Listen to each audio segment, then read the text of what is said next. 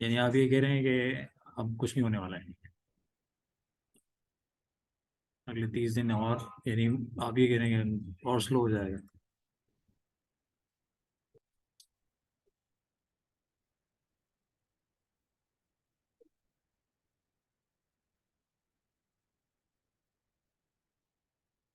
वैसे चलें देखें क्या नाम है उस्मान, ये देखें आइटम यहाँ से बना सकते हैं आइटम, यही सेम आइटम का एलिमेंट हर सेलिंग में भी, बाइंग में भी, स्टॉक में भी है।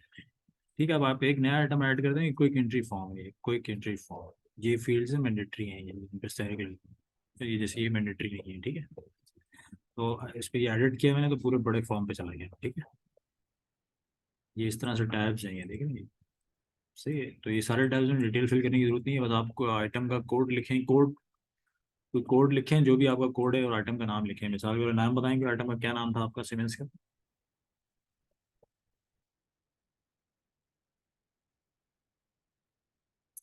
आइटम, भाई आइटम का नाम तो बताइए।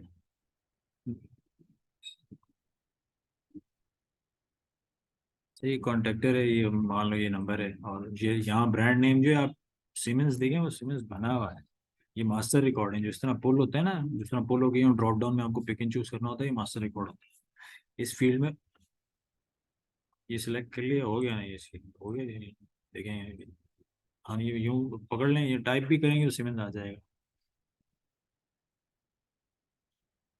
नहीं नहीं, अब शेयर क्या करने में, उसमें कुछ है नहीं, मैं उसमें क्या करूँगा, आपके सामने चल तो रहा है ये। ठीक है, ये देखें ब्रांड नेम है, और आपकी प्रोडक्ट है ये, ठीक है। आपने प्रोडक्ट चूज करनी है, या प्रोडक्ट चूज कर लें, या कोई इलेक्ट्रिकल प्रोडक्ट के नीचे सब सेकंड कैटेगरी भी है इलेक्ट्रिकल आइटम ग्रुप की, तो वो चूज कर लें, ठीक है। और ये स्टॉकेबल आइटम है, मैन्युफैक्चरिंग का कोई नहीं है, मतलब आपको मैन्युफैक्चरिंग की कोई जरूरत नहीं, तो अनचेक कर दें। हाँ, ये स्टॉक की आइटम है, ये स्टॉक असेट अकाउंट में हिट करेगी, स्टॉक लेजर में गिरेगी, और फिर पहले स्टॉक में वेयर हाउस में गिरेगी, फिर इन पहले इन करेंगे, फिर आउट करेंगे।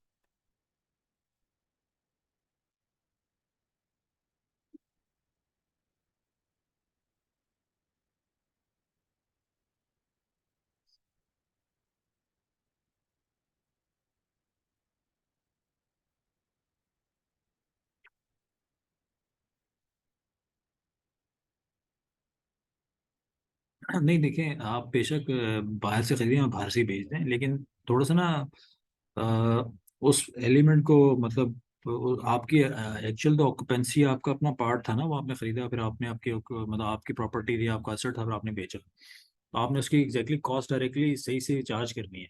अब कॉस्ट तो अगर आप ये सर्विस आइटम बना देंगे ना, तो स्टॉक लेजर में कहीं रिपोर्ट में स्टॉक कीपिंग का एलिमेंट फॉत हो जाएगा।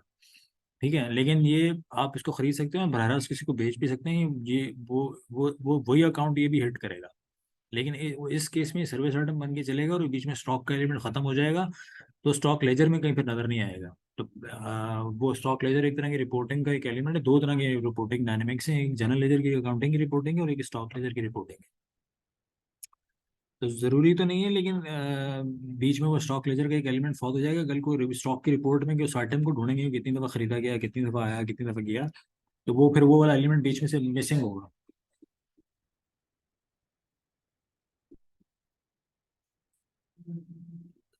आइटम पहले कौन सिस्टम के अंदर गिरेगा तो आप निकालेंगे ना, पहले इन होगा तो आउट होगा।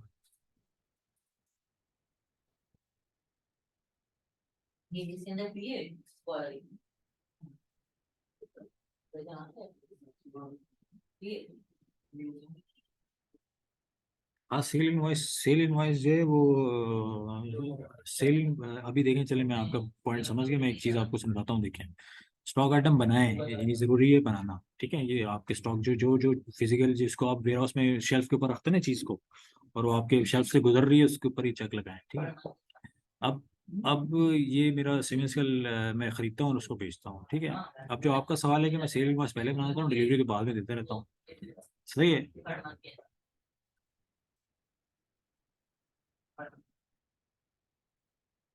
अच्छा, मतलब इनकमिंग होता नहीं और आउटगोइंग दे देते हैं आप। हाँ, तो कोई बात नहीं, देखिए आइटम के ऊपर भी ना, इन्वेंट्री के ऊपर मेरे पास नेगेटिव स्टॉक का चेक है, ये उसको नेगेटिव में चला जाएगा, फिर जैसे ही आप परचेज डालेंगे तो पॉजिटिव में आ जाएगा। सही है, आइटम लेवल के ऊपर है, ये आइटम के ऊपर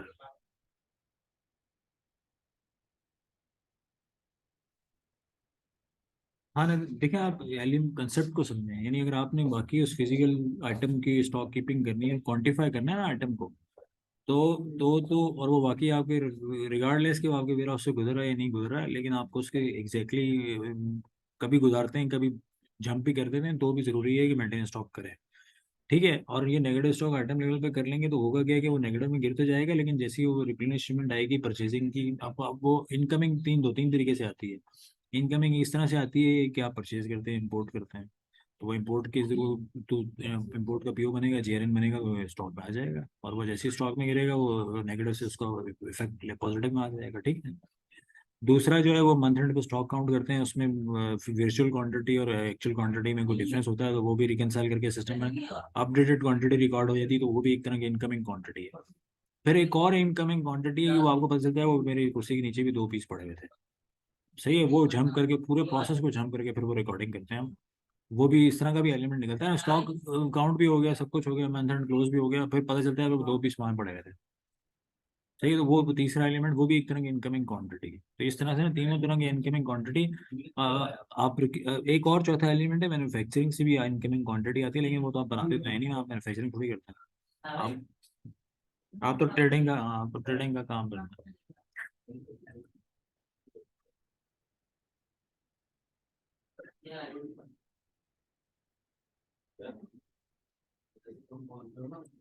हाँ वो तो चले, मतलब जनरल हम जनरली बात कर रहे हैं। ठीक है, तो मैन्युफैक्चरिंग का तो एलिमेंट है नहीं, तो इस तीन तरह के इनकमिंग से ये नेगेटिव स्टॉक वाला एलिमेंट जो है वो सेटल हो जाएगा। नहीं नहीं नहीं नहीं, हर चीज के लिए नहीं, आपको मैंने ये आइटम कॉन्ट्रैक्टर ये फिजिकल आइटम है जिसकी स्टॉक कीपिंग करनी है। सही है, कुछ सर्विस आइटम भी हैं। सही, अभी हम इसका एक केस रन करते हैं, फिर तेजी से मैं आपको उसका केस रन करके दिखाता हूँ सर्विस आइटम वाला भी, कि सर्विस आइटम के क्या कैसे बुकिंग होती है और उसकी अकाउंटिंग कैसे हैंडल होगी। ठीक है, तो इससे पहले मैं आपको एक ना मैं ग्रुप के ऊपर एक डॉक्यूमेंट भेज रहा हूँ, आप उसकी ना वो उसको फिर मैं आपको समझाता हूँ चलता कैसे। ठीक है, तो मैं देखेंगे ग्रुप के ऊपर मैं आपसे एक डॉक्यूमेंट शेयर कर रहा हूँ। ये डाउनलोड से मेरे पास अकाउंटिंग हैंडलिंग के नाम से एक डॉक्यूमेंट मैंने एक्सेल पे बनाया था।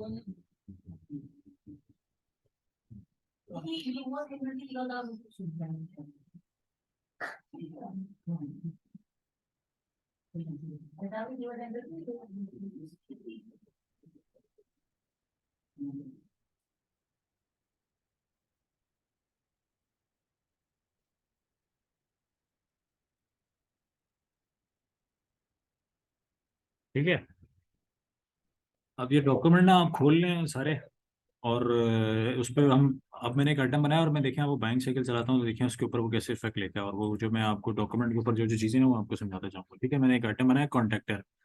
सही, अब कॉन्ट्रैक्टर का हम डायरेक्ट हम उसको अभी अभी हम अभी मेरे पास वो आइटम, अगर मैं आइटम के इस आइटम का स्टॉक लेवल चेक करूँ तो देखिए आइटम के ऊपर मेरे पास कोई स्टॉक नहीं है। अगर मैं इन्वेंट्री में जाऊँ, इस तरह से डैशबोर्ड पे जाऊँ, तो ये देखें वो कह रहा है कोई स्टॉक, कोई कहीं अभी तो मैंने आइटम बनाया, कोई इन्वेंट्री नहीं, तो कहीं भी नहीं पड़ा हुआ। ठीक है, अब अगर इसका इसकी अगर ओपनिंग मिसाल के तौर पे मैं जैसे भी आगे चल के जब आप लोग कंफर्टेबल हो जाएंगे तो मैं आपसे कट ऑफ डेट को ओपनिंग मांगूंगा, तो ओपनिंग देखें किस डॉक्यूमेंट से क्रिएट की जाती है सिस्टम में। सही है, ये स्टॉक स्टॉक रिकन्सिलेशन से, यार अपना माइक बंद करके आप लोग सुन लें प्लीज मुझे।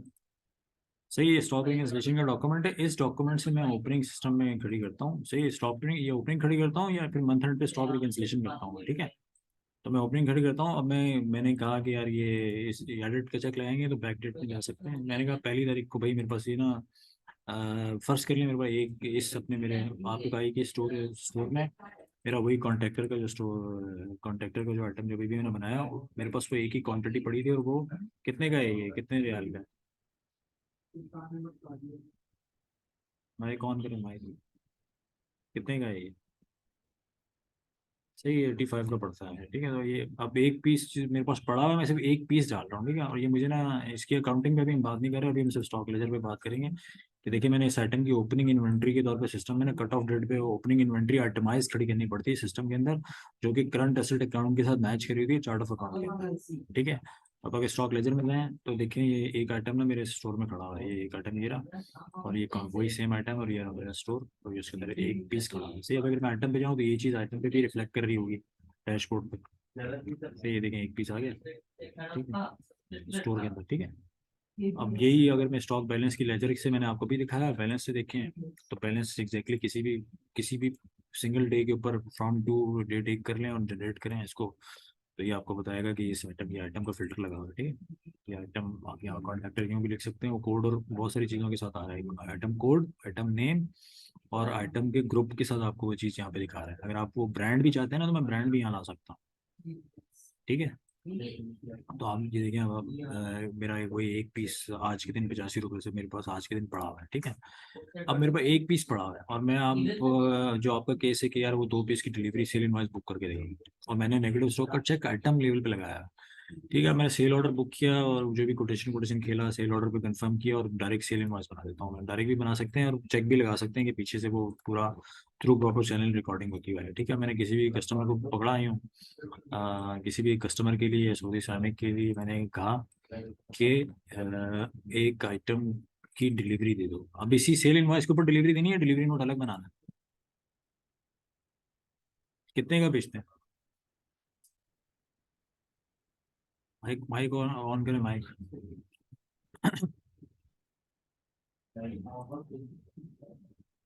वो 85 का तो खरीदा है हमने, वो 50 का कहाँ से बेच रहे हैं? सही है, तो इस पर टैक्स वैक्स लगाना है यहाँ पे। हाँ सही, देखें आप इस तरह टैक्स टेम्पलेट उठाएंगे तो ये ऑटो गिरेगा, ठीक है। अब देखें वो 100 रुपये का और 115 रुपये हो गया, ठीक है। तो अब ये टैक्स हो गया, कोई डिस्काउंट डिस्काउंट है इसके ऊपर? सही है, अच्छा चलें, डिस्काउंट नहीं है, वरना डिस्काउंट यहाँ नीचे लगा लेते हैं। अब देखें डिलीवरी नोट अलग से बनाएंगे, इसी के ऊपर बना दूँ डिलीवरी नोट, इसी सेल इनवॉइस से बना दूँ?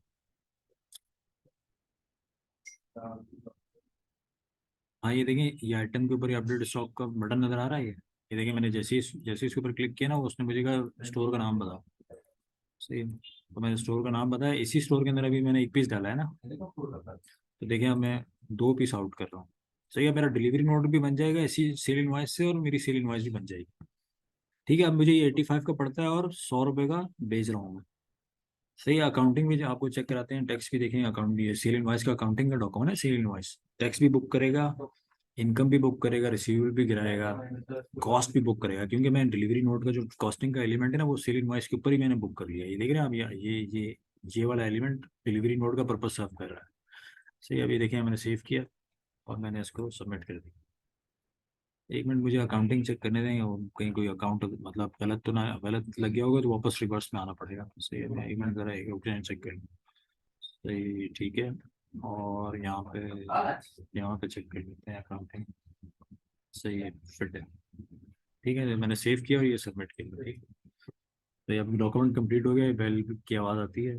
सही, डॉक्यूमेंट इनवॉइस अनपेड पे गिरी है क्योंकि मैंने पेमेंट रिसीव नहीं की, मैंने इनवॉइस बनाई है, ठीक है। अब देखें इसका स्टॉक लेजर में जाके पहले देखते हैं। अब मेरे पास एक पीस था लेकिन मैंने 2 आउट कर दिए, आपने देखा, तो मेरा एक नेगेटिव में चला गया बैलेंस।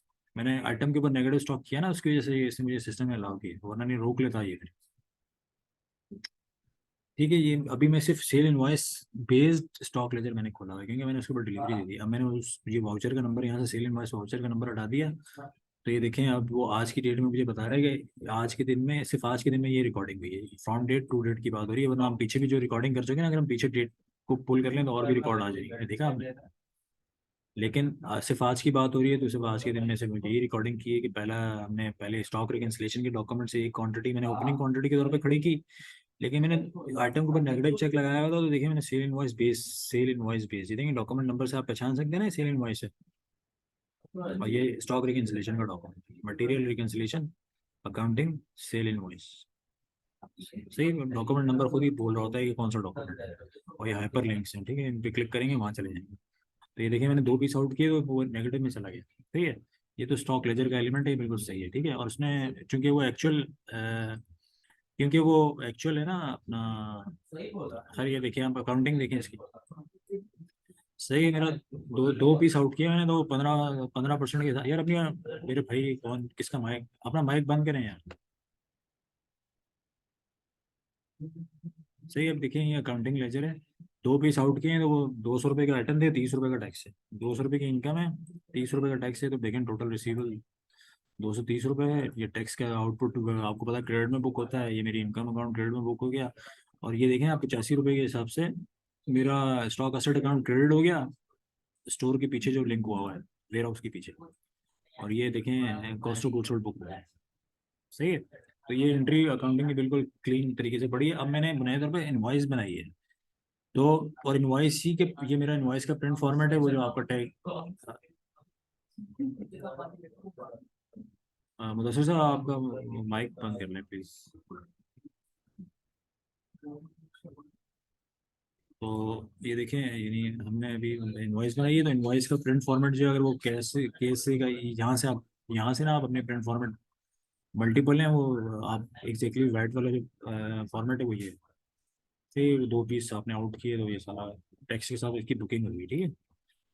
इनवॉइस का प्रिंट फॉर्मेट है क्यूआर कोड बेस्ड, ठीक है। तो ये सेल इनवॉइस की लिस्ट है, यहाँ से देखें वो इनवॉइस ही गिरी हुई है। इस पर लिस्ट पे क्लिक करेंगे, और ये यहाँ से यहाँ क्लिक करेंगे तो वो आपको प्रिंट फॉर्मेट खोल देगा, उसको पीडीएफ में ले जाएं, प्रिंट कर लें, जो भी करना है, ठीक है।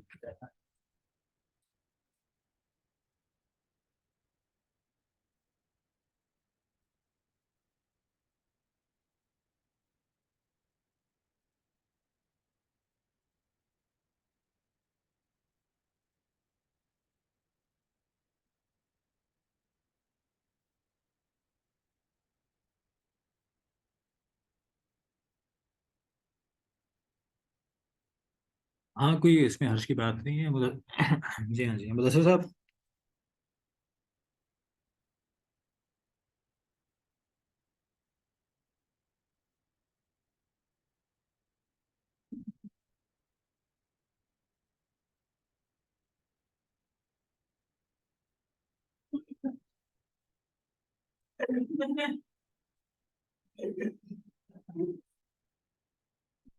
हाँ, कोई इसमें हर्ष की बात नहीं है, बल्कि मैं तो मेरे ख्याल से मेरी तरफ से तो खासा इनपुट आ चुका है। मैं अब पता है नेक्स्ट टाइम ये क्या करूँगा कि मैं आप में से किसी एक को बोलूंगा, वो अपनी स्क्रीन शेयर करेगा, और फिर मैं उसको डिक्टेट करता रहूंगा, और वो अपने हाथ से चलाता रहेगा। इस तरह कर लें।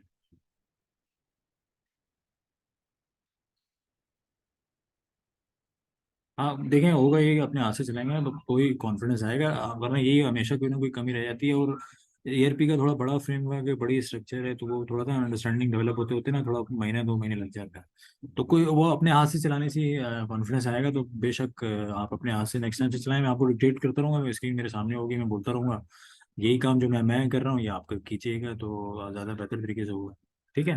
थोड़ा उसमें ये कि जरा वो मुझे फिर बोलना पड़ेगा, कि आपको सही से समझाना पड़ेगा, आप अपने हाथ से करेंगे 1 बाय 1 तो तेजी से काम बढ़ेगा। अच्छा चलें, अब आगे चलते हैं। ठीक है, मैं देखिए मैंने इनवॉइस बनाई थी, और इनवॉइस के अंदर ही मैंने ये अपडेट स्टॉक और ये वेयर हाउस का नाम देकर ये इसको आउट भी कर दिया था। ये बुनियादी तौर पे इनवॉइस का प्रिंट फॉर्म एक ही डॉक्यूमेंट से, आप देखेंगे इनवॉइस का पर्पज भी मैंने सर्व कर लिया, और इसी का प्रिंट फॉर्मेट जो आप मुझे जिस तरह से आपका डिलीवरी नोट का डॉक्यूमेंट है ना, आप मुझे अगर वो दे दें, या इवन दी कि मैं अगर यहाँ, जिस तरह आपको याद है ना, इसके ऊपर मेरे पास रिपोर्ट बिल्डर है पूरा प्रिंट फॉर्मेट का ना। तो देखिए मैं स्टैंडर्ड के ऊपर खड़ा होकर जब कस्टम पे क्लिक करता हूँ, तो मैं अपनी मर्जी का बना सकता हूँ प्रिंट फॉर्मेट। अब देखिए मैं सेल इनवॉइस के ऊपर, सेल इनवॉइस पे सब चीज़ें मौजूद हैं जो डिलीवरी नोट के प्रिंट फॉर्मेट को लेकर बनाई जा सकती हैं। तो मैं देखें अब ये मैंने डिलीवरी नोट न्यू लिखा, और हकीकत में मैं सेल इनवॉइस के ऊपर डिलीवरी नोट का उसका उससे पर्पस सर्व करूंगा। अच्छा सर, वो उसका कह रहे हैं नाम ऑलरेडी मौजूद है, हमने वो याद है पीछे डिलीवरी नोट पे सिंपल सा बनाया था ना, तो वो कह रहा है ये नाम मौजूद है, नाम कोई दूसरा रखो इसके। तो मैं यहाँ स्टैंडर्ड पे खड़ा हुआ इसको कस्टम करूंगा, और फिर इसको रुकूंगा डिलीवरी बेस्ड ऑन इनवॉइस, ठीक है। तो इसका मैंने सिर्फ नाम रखा है, ठीक है। आप जब मैं सेव करूँगा तो देखिए मुझे वहाँ लिख जाएगा रिपोर्ट फॉर्मेट बिल्डर है। सही, तो मुझे ये ऊपर कस्टमर का नाम पता वगैरह सब कुछ चाहिए, ये सारी चीज़ें चाहिए, और आइटम के अंदर मुझे वो सारा इन्वॉइसिंग का एलिमेंट है ना, मुझे वो इतना कुछ नहीं चाहिए, रेट वेट नहीं चाहिए, मुझे बस आइटम का नाम चाहिए, और आइटम की क्वांटिटी चाहिए, और कोई स्टॉक यूनिट मेजरमेंट चाहिए। आ, ठीक है, बस मुझे ये 2-3 चीज़ें चाहिए, क्योंकि और इस पर कुछ भी मजीद डालना है, डिलीवरी नोट है ना, उस पर सिर्फ क्वान्टिफाई करना होता है, कोई उस पर रेट वेट डालने की जरूरत नहीं होती। तो ये आइटम की टेबल में मैंने डाल दी, यहाँ ये टोटल भी मैंने निकाल दिया इसको। तो ये टैक्स वैक्स भी मुझे नहीं चाहिए, क्योंकि डिलीवरी नोट पर टैक्स वैक्स का कोई काम होता नहीं है, ये तो इनवॉइस पे आएगा जी। तो ये मैंने ये भी टोटल निकाल दिया। आप देख रहे हैं ये सेक्शन है इसी के ऊपर ना, इसी तरह से बने हुए हैं ये। अगर आप गौर करेंगे ना, तो बिल्कुल इनवॉइस की प्रिंट फॉर्मेट पे इसी तरह से डब्बे बने हुए हैं, और डब्बों के अंदर ये फिट नहीं करिए। तो ये सारे मुझे डिस्काउंट कुछ नहीं चाहिए। प्राइसिंग रूल वगैरह भी फील्ड में इसमें है, फिगर इसमें अगर जिन फील्डों में डेटा नहीं होता ना वो ऑलरेडी प्रिंट फॉर्मेट पे आते भी नहीं। तो आपको इस तरह अगर मैं अभी बाकी नहीं भी निकालूं क्योंकि इनके अंदर ऑलरेडी डेटा भी नहीं है, सेल ऑलरेडी प्रोग्राम है, कोई डेटा नहीं है, तो ये कुछ भी प्रिंट नहीं होने वाला, क्योंकि ये इनके अंदर डेटा हो तो ही ये प्रिंट के ऊपर गिरते हैं। तो ये सब चीज़ें मेरे ख्याल से इसको से हम देखें इस तरह से बनता है वो प्रिंट फॉर्मेट। तो ये मैंने सेव कर दिया, मैं यहाँ वापस लिस्ट में जाऊँगा, तो ये देखें मैं इसको रिफ्रेश कर लूँ और यहाँ से मैं देखें यहाँ पे ये रख देंगे, ये चीज़ बनेगी। इसको मैंने क्लिक किया, रिफ्रेश किया, तो देखें इस तरह का डिलीवरी नोट बनेगा। क्यूआर कोड अगर आप चाहें तो नहीं, क्योंकि इनवॉइस है ना बनाए तो है ही इनवॉइस है इसका, देखिए टाइटल अभी भी इनवॉइस आ रहा है। तो इसका हम अभी भी टाइटल में चेंज ही नहीं किया, देखिए टाइटल कहाँ पर है, टाइटल ये रहा, देखिए आप सबसे ऊपर ये इस तरह लिखा हुआ है ना, देखें हेडिंग को चेंज किया, हेडिंग जो है ये चेंज आप देख रहे हैं ये HTML पे लिखा हुआ है। तो ये देखें यहाँ देखिए इसी जगह पे मैं लिखूंगा इसको डिलीवरी। तो ये है बाजार सिंपल सा है, तो थोड़ी सी अंडरस्टैंडिंग की जरूरत है, तो उससे आप खुद भी काम कर सकते हैं, इतना मुश्किल नहीं है। तो ये देखें हम लोग देखें डिलीवरी नोट भी चेंज हो गया, डिलीवरी नोट हो गया। सही है, ये इनवॉइस ही का नंबर डिलीवरी नोट का पर्पज सर्व करेगा। ठीक है, अब ये इनवॉइस ही का नंबर है बुनियादी पर, लेकिन ऊपर टाइटल देखें डिलीवरी नोट आ रहा है। और वो मैंने कॉन्टैक्ट दो कॉन्टैक्टर जो डिलीवरी नोट दे दी, कंपनी ID वाडी कस्टमर का नाम वगैरह आ रहा है सब कुछ। और ये चीज़ भी नहीं आनी चाहिए, तो ये चीज़ भी हम रिमूव कर देते हैं। हम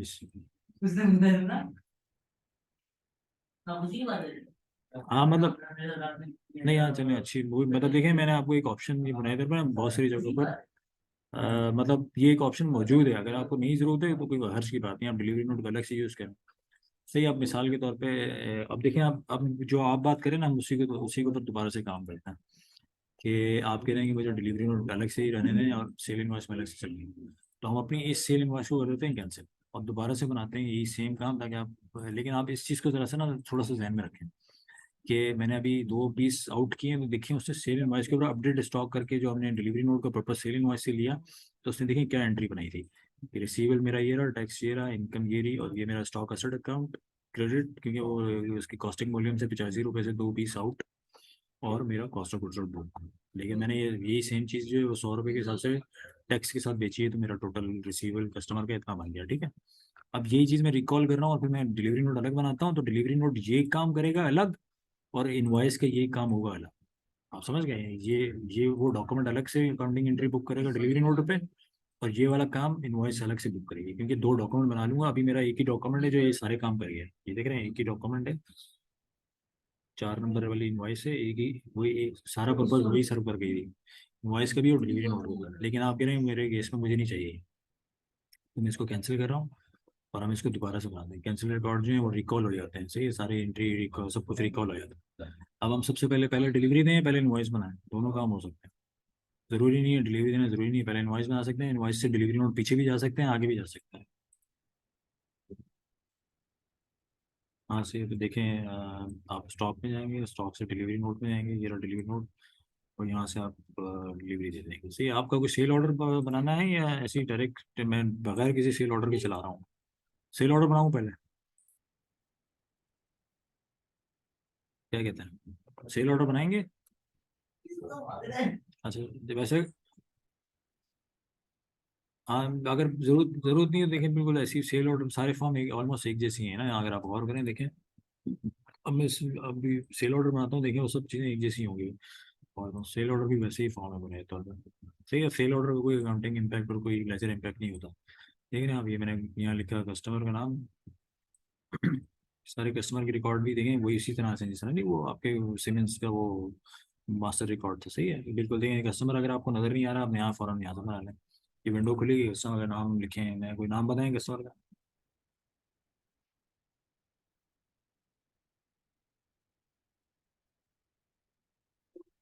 SCHLO, सही है, कंपनी है ये, और कंपनी लोकल है क्या है, गवर्नमेंट की क्या है?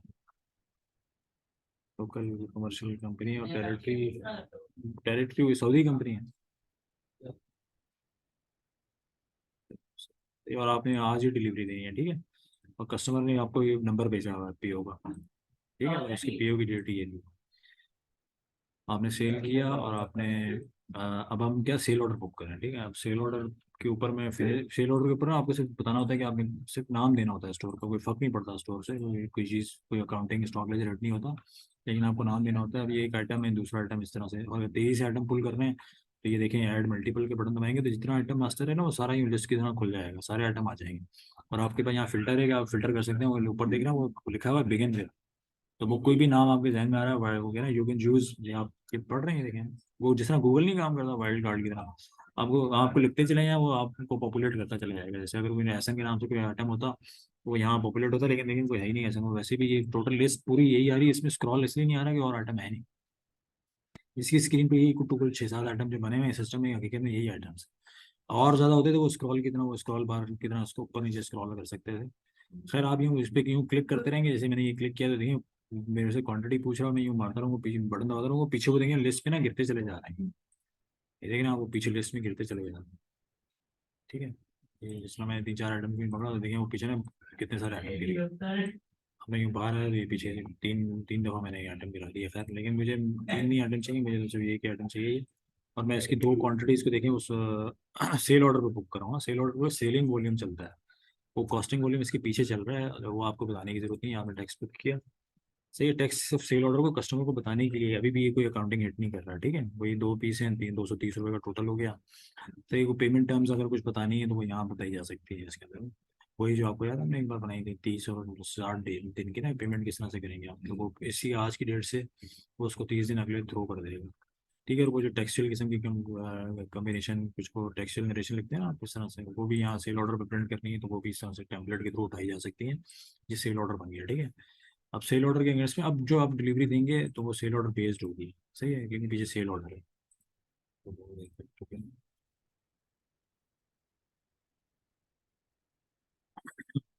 रिफ्रेश करते हैं क्योंकि वो मैंने तेज़ी से किया ना उसको, तो थोड़ा सा बौखला गया बेचारा। जब वो तेज़ी से पुश किया उसको तो वो थोड़ा सा अपनी जगह ही छोड़ दिया। सही, मैंने ये सेल ऑर्डर बना लिया। अब सेल ऑर्डर देखें इस स्टेटस पे खड़ा हुआ है, to deliver and bill pay, ठीक है। ना डिलीवरी दी हमने और ना भी बिलिंग की। तो अब हम सेल ऑर्डर बेस्ड डिलीवरी देंगे तो आप सेल ऑर्डर से डायरेक्ट पुश कर सकते हैं। डिलीवरी नोट पे कुछ भी नहीं करना है, एक दफ़े ही टाइपिंग की है जो सेल ऑर्डर पे, वही आपको कोई ज़रूरत नहीं किसी भी तरह की री टाइपिंग की।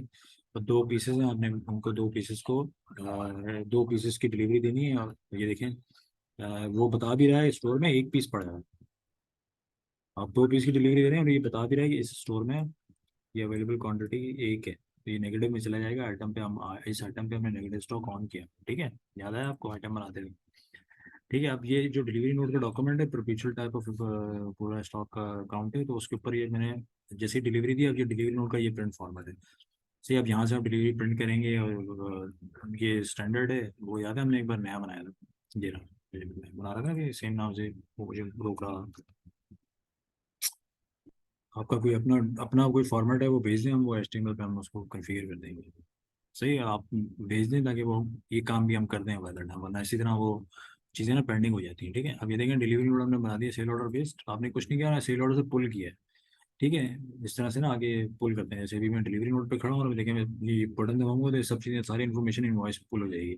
लेकिन ये व्यू का जब सेव सबमिट कर लेते हैं तो ये व्यू का बटन आ जाता है, तो देखें स्टॉक लेजर पे और अकाउंटिंग लेजर पे डिलीवरी नोट के डॉक्यूमेंट ने इफेक्ट डाला है। 2 पीस आउट कर दिए तो आज अब करंट क्वांटिटी इस आइटम की नेगेटिव में चली गई, एक पड़ा हुआ था, दो और दो की डिलीवरी सिस्टम ने रोका इसलिए नहीं कि आइटम के ऊपर नेगेटिव स्टॉक ऑन किया हुआ है, तो देखें वो -1 में करंट स्टॉक में -1 है इसका, ठीक है।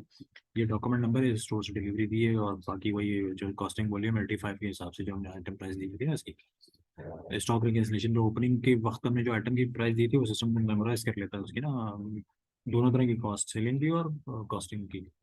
तो ये इसका स्टॉक लेजर था। आप अकाउंटिंग लेजर देखें, वही चीज़ जो मैं आपको बता रहा था कि वो 170 वाली एंट्री याद है, उसने कपल करके सेल इनवॉइस में कपल किया कर लिया था सब कुछ, क्योंकि हमने सेल इनवॉइस भी डिलीवरी नोट के पर्पज भी सर्व कर लिया था। तो यही चीज़ आपको याद है सेल इनवॉइस की, यही एंट्री जीएल में सेल इनवॉइस ने फेंकी थी, लेकिन अब ये देखें अब ये डिलीवरी नोट से बुक हुई है। वही 170 रुपये से मेरा स्टॉक असर्ट अकाउंट जो कि वेयर हाउस के पीछे मैप हुआ, और उसकी इतनी वैल्यू से वो गिर गया, GL account, stock asset account, current asset account, और expense, main expense cost of goods, ठीक है। अब मैं यही डिलीवरी नोट पे हूँ, डिलीवरी नोट से मैं यहाँ इस जगह पे काम कर रहा था, मैं यहाँ से अब इसकी पुश करूंगा तो डायरेक्ट इनवॉइस थ्रू हो जाएगी। अगर मेरे पास दो डिलीवरी नोट होते, सेम कस्टमर होता, तो मैं उनको कपल भी कर सकता था, लेकिन मुझे फिर मैं यहाँ से पुश नहीं कर सकता क्योंकि मैं तो इंडिविजुअल डिलीवरी नोट के ऊपर खड़ा हूँ। तो मैं एक वक्त में एक ही डिलीवरी नोट को एक सेल इनवॉइस से पुल कर सकता हूँ। लेकिन अगर मैं अकाउंटिंग में जाऊँ और सेल इनवॉइस से, अभी मैं पुश कर रहा था इन्फॉर्मेशन को, अब अगर मैं पुल करूँ तो मैं एक से ज़्यादा डिलीवरी नोट को एक दो यानी दो डिलीवरी नोट को एक सेल इनवॉइस में पुल पुल कर सकता हूँ। ठीक है। अब मैंने ये सेल इनवॉइस लिस्ट पे किया और मैंने ऐड का बटन किया तो ये नया फॉर्म खुल गया। मैंने सिर्फ कस्टमर का नाम देना है। कस्टमर का नाम मेरा वो क्या था, साइक्लो ये। ठीक है।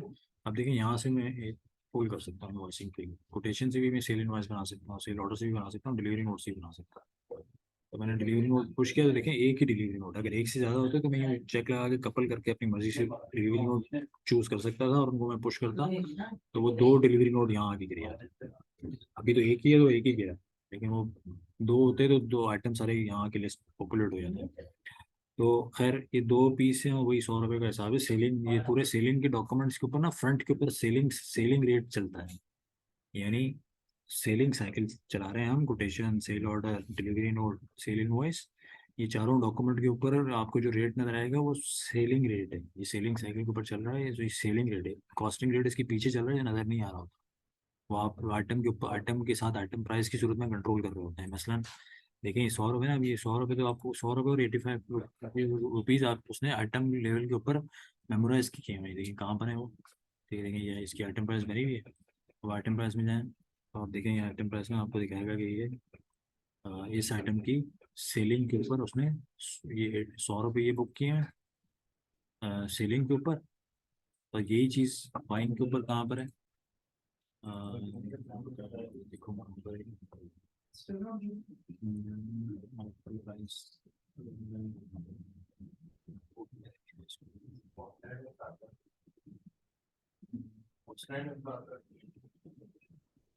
कॉन्ट्रैक्टर देखें 100 रुपये का है सेलिंग के ऊपर। और अब जाके वो, हाँ कॉस्टिंग के बाद अब जाके वो प्राइस बनाएगा 85, क्योंकि मैंने तो रिकन्सिलेशन से बनाया ना, तो जीएल में देखें आप किस तरह से बनाएगा, मैं आपको दिखाता हूँ। हम कहाँ थे अपना, हम सेल इनवॉइस बना रहे थे और मैं आपको बता रहा था कि सेल इनवॉइस डिलीवरी नोट के बाद सेल इनवॉइस कैसे बनाते हैं। अगर दो डिलीवरी नोट और सेल इनवॉइस कैसे बनती है, तो ये सेल इनवॉइस यहाँ से भी जा सकते हैं हम। यहाँ से डिलीवरी नोट को मैंने पुल किया हुआ कस्टमर को लेके, यहाँ इस बटन से आप डिलीवरी नोट को पुल करेंगे, डिलीवरी नोट उठाया, ये पुल किया तो वो यहाँ नीचे से पॉपुलेट करती है। ठीक है। बाकी टैक्स वैक्स सब कुछ ऑटोमेटिकली लग कर रहा है, कुछ नहीं करना आपने, सिर्फ सेव सबमिट करना। ठीक है। अब देखिए अब हम सेल इनवॉइस के ऊपर याद है आपको, डिलीवरी नोट का ये वाला फंक्शन हम इस्तेमाल नहीं कर रहे। ये देखिए इसके एक मिनट रुकिए।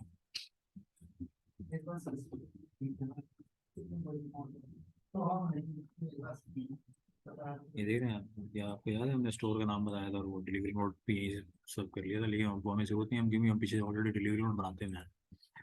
अब ये सीरियल वाइज बन गई और ये सीरियल वाइज पे देखें उसने इसका कोई स्टॉक मेजर इम्पैक्ट नहीं है क्योंकि वो डिलीवरी नोट ऑलरेडी वो काम कर चुका है। तो ये सिर्फ अकाउंटिंग इम्पैक्ट है, वो सिंपल है जो हम पहले बात कर रहे थे। सीरियल वाइज से सिर्फ इनकम बुक करनी होती है और टैक्स बुक करना होता है और रिसीवेबल बुक करना होता है। ठीक है। इसकी पेमेंट भी हम बाद में बना लेंगे। फिर वो पहले भी मैंने आपको बना के दिखाई थी, आप नेक्स्ट टाइम आपके हाथ से बनवाएंगे ताकि आपको समझ में आए। तो आपने देखा कि मैंने परचेज अभी नहीं की, उन्होंने आउट कर दिया और वो -1 खड़ा हुआ है। यानी अगर मैं आपको, अगर हम आइटम पे जाएं तो ये आइटम का जो स्टॉक है वो -1 पे खड़ा हुआ है। आप कह रहे थे मैं डिलीवरी दे देता हूँ फिर बाद में मैं रिप्लेनिशमेंट बाद में करता हूँ। तो ये देखें डैशबोर्ड पे वो नेगेटिव पे वो -1 में खड़ा हुआ है। ठीक है, यहीं से भी नज़र आ रहा है, स्टॉक बैलेंस से भी चेक करेंगे वहाँ भी ये -1 नजर आएगा। ठीक है, ये पुश करेंगे बटन तो नजर आएगा। ठीक है, ये देखिए -1 नजर आ रहा है आपको। ठीक है।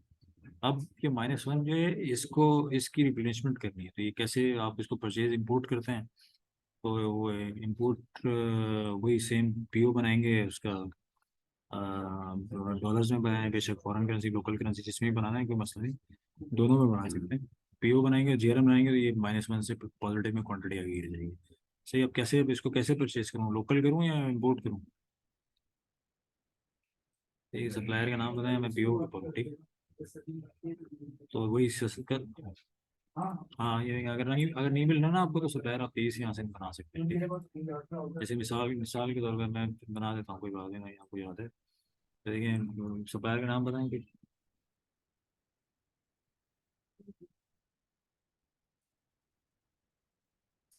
ठीक है, ये ग्रुप हुई जिस तरह नहीं हमने कमर्शियल चूज़ किया उसके लिए, तो ये आपका कोई लोकल या हार्डवेयर इलेक्ट्रिकल का सप्लायर है, कंपनी है या इंडिविजुअल, ये बता दिया आपने और बस दैट्स इट, ये बस सप्लायर बन गया, बाकी चीज़ें वो सिस्टम खुद कर पाएगा। सही है, आपने पीओ के ऊपर रिकॉर्ड डेट देनी होती है कि इस डेट की इस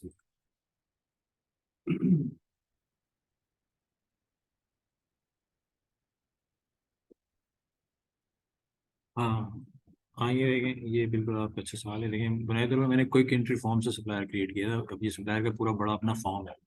ये देखिए मैं सब कहाँ खड़ा हूँ, ये देख रहे हैं आप, सप्लायर में मौसम के अंदर खड़ा हूँ। ठीक है, सप्लायर का नाम ये रहा। इसका नाम अरबी में लिखना है तो अरबी में लिख सकते हैं, यहाँ आप सिर्फ अपना ये चेंज करेंगे, क्या कहते हैं, कीबोर्ड चेंज करेंगे तो आप अरबी में भी टाइपिंग कर सकते हैं। सही है, मूसा पता नहीं किस तरह लिखते हैं, मूसा, मूसा कैसे लिखते हैं। हाँ वो मुझे अरबी मतलब पता नहीं कैसे लिखते हैं आप, लेकिन फिर लिख सकते हैं। ठीक है, और ये आप कह रहे थे कि वो उसके पेमेंट टर्म्स के हैं, उससे जो भी ताल्लुक है, ताकि एक दफ़ा चूज़ कर लेंगे ना तो बार बार ये खुद से गिरेगा। जब भी मुसाफ चूज़ करेंगे तो वो डिफ़ॉल्ट गिरा देगा, चेंज कर सकते हैं, क्योंकि ज़रूरी नहीं है कि हर बार 30 दिन पे ही काम करें। ठीक है, अब इसके अलावा आप कह रहे थे कि इसका सॉरी इसका टैक्स की डिटेल लिखें। यहाँ ये देखें क्या टैक्स नंबर लिखे हैं, वैट की डिटेल नंबर लिखा, और ये बाकी चीज़ें तो ये आप पाकिस्तान, ये आप सऊदी केस में सिर्फ वैट नंबर ही होता है और तो कुछ होता नहीं है। सही है, यहाँ पे इसके कांटेक्ट और सारे एड्रेसेस और सारे जो पीओसी वहाँ पर्सन है उनके नाम पते डाले जा सकते हैं। जैसे ये एड्रेसेस जो हैं ये हकीकत में मल्टीपल हो सकते हैं, तो इसीलिए ना ये अलग से सिर्फ मास्टर रिकॉर्ड है, ये बटन दिए हैं। मिसाल के तौर पे इसका एक बिलिंग एड्रेस भी हो सकता है, इसका शिपिंग एड्रेस अलग हो सकता है, ऑफिस का एड्रेस अलग हो सकता है, पर्सनल का एड्रेस, प्लांट का, आप देख रहे हैं कितने सारे एड्रेसेस हो सकते हैं। एक ही सप्लायर के इतने ढेर सारे एड्रेसेस हो सकते हैं। अगर एक या एक से ज़्यादा एड्रेसेस हैं तो आप बना सकते हैं। यहाँ पे आपको दो, यहाँ पे आपको दोनों अलग अलग नीचे गिरे हुए नजर आएंगे, और आप प्रेफर भी कर सकते हैं कि आप वो कौन सा उठ कर आए, बिलिंग के लिए कौन सा उठ कर आए, और शिपिंग की डिलीवरी पे कौन सा उठ कर आए। आप देख रहे हैं जब इनवॉइस बनाएंगे तो ये बिलिंग एड्रेस उठ के आएगा, और डिलीवरी नोट बनाएंगे तो शिपिंग एड्रेस उठ के आएगा। समझ रहे हैं, अलग अलग एड्रेस, दो एड्रेस बना सकते हैं एक ही सप्लायर के। वही एड्रेस वगैरह, लाइन वाइन, कंट्री वंट्री सब कुछ लिखेंगे, फोन नंबर वगैरह तो सब यहाँ एड्रेस बन जाएगा। ठीक है, और सेम ये चीज़ ना कॉन्टैक्ट के लिए बनाएंगे तो वो बंदे का नाम, उसका नाम पता, ईमेल एड्रेस, फोन डेजिग्नेशन सब लिखेंगे, और यहाँ ईमेल एड्रेस लिखेंगे, और उसका प्राइमरी बनाएंगे, क्योंकि एक से ज़्यादा भी ईमेल एड्रेस हो सकते हैं।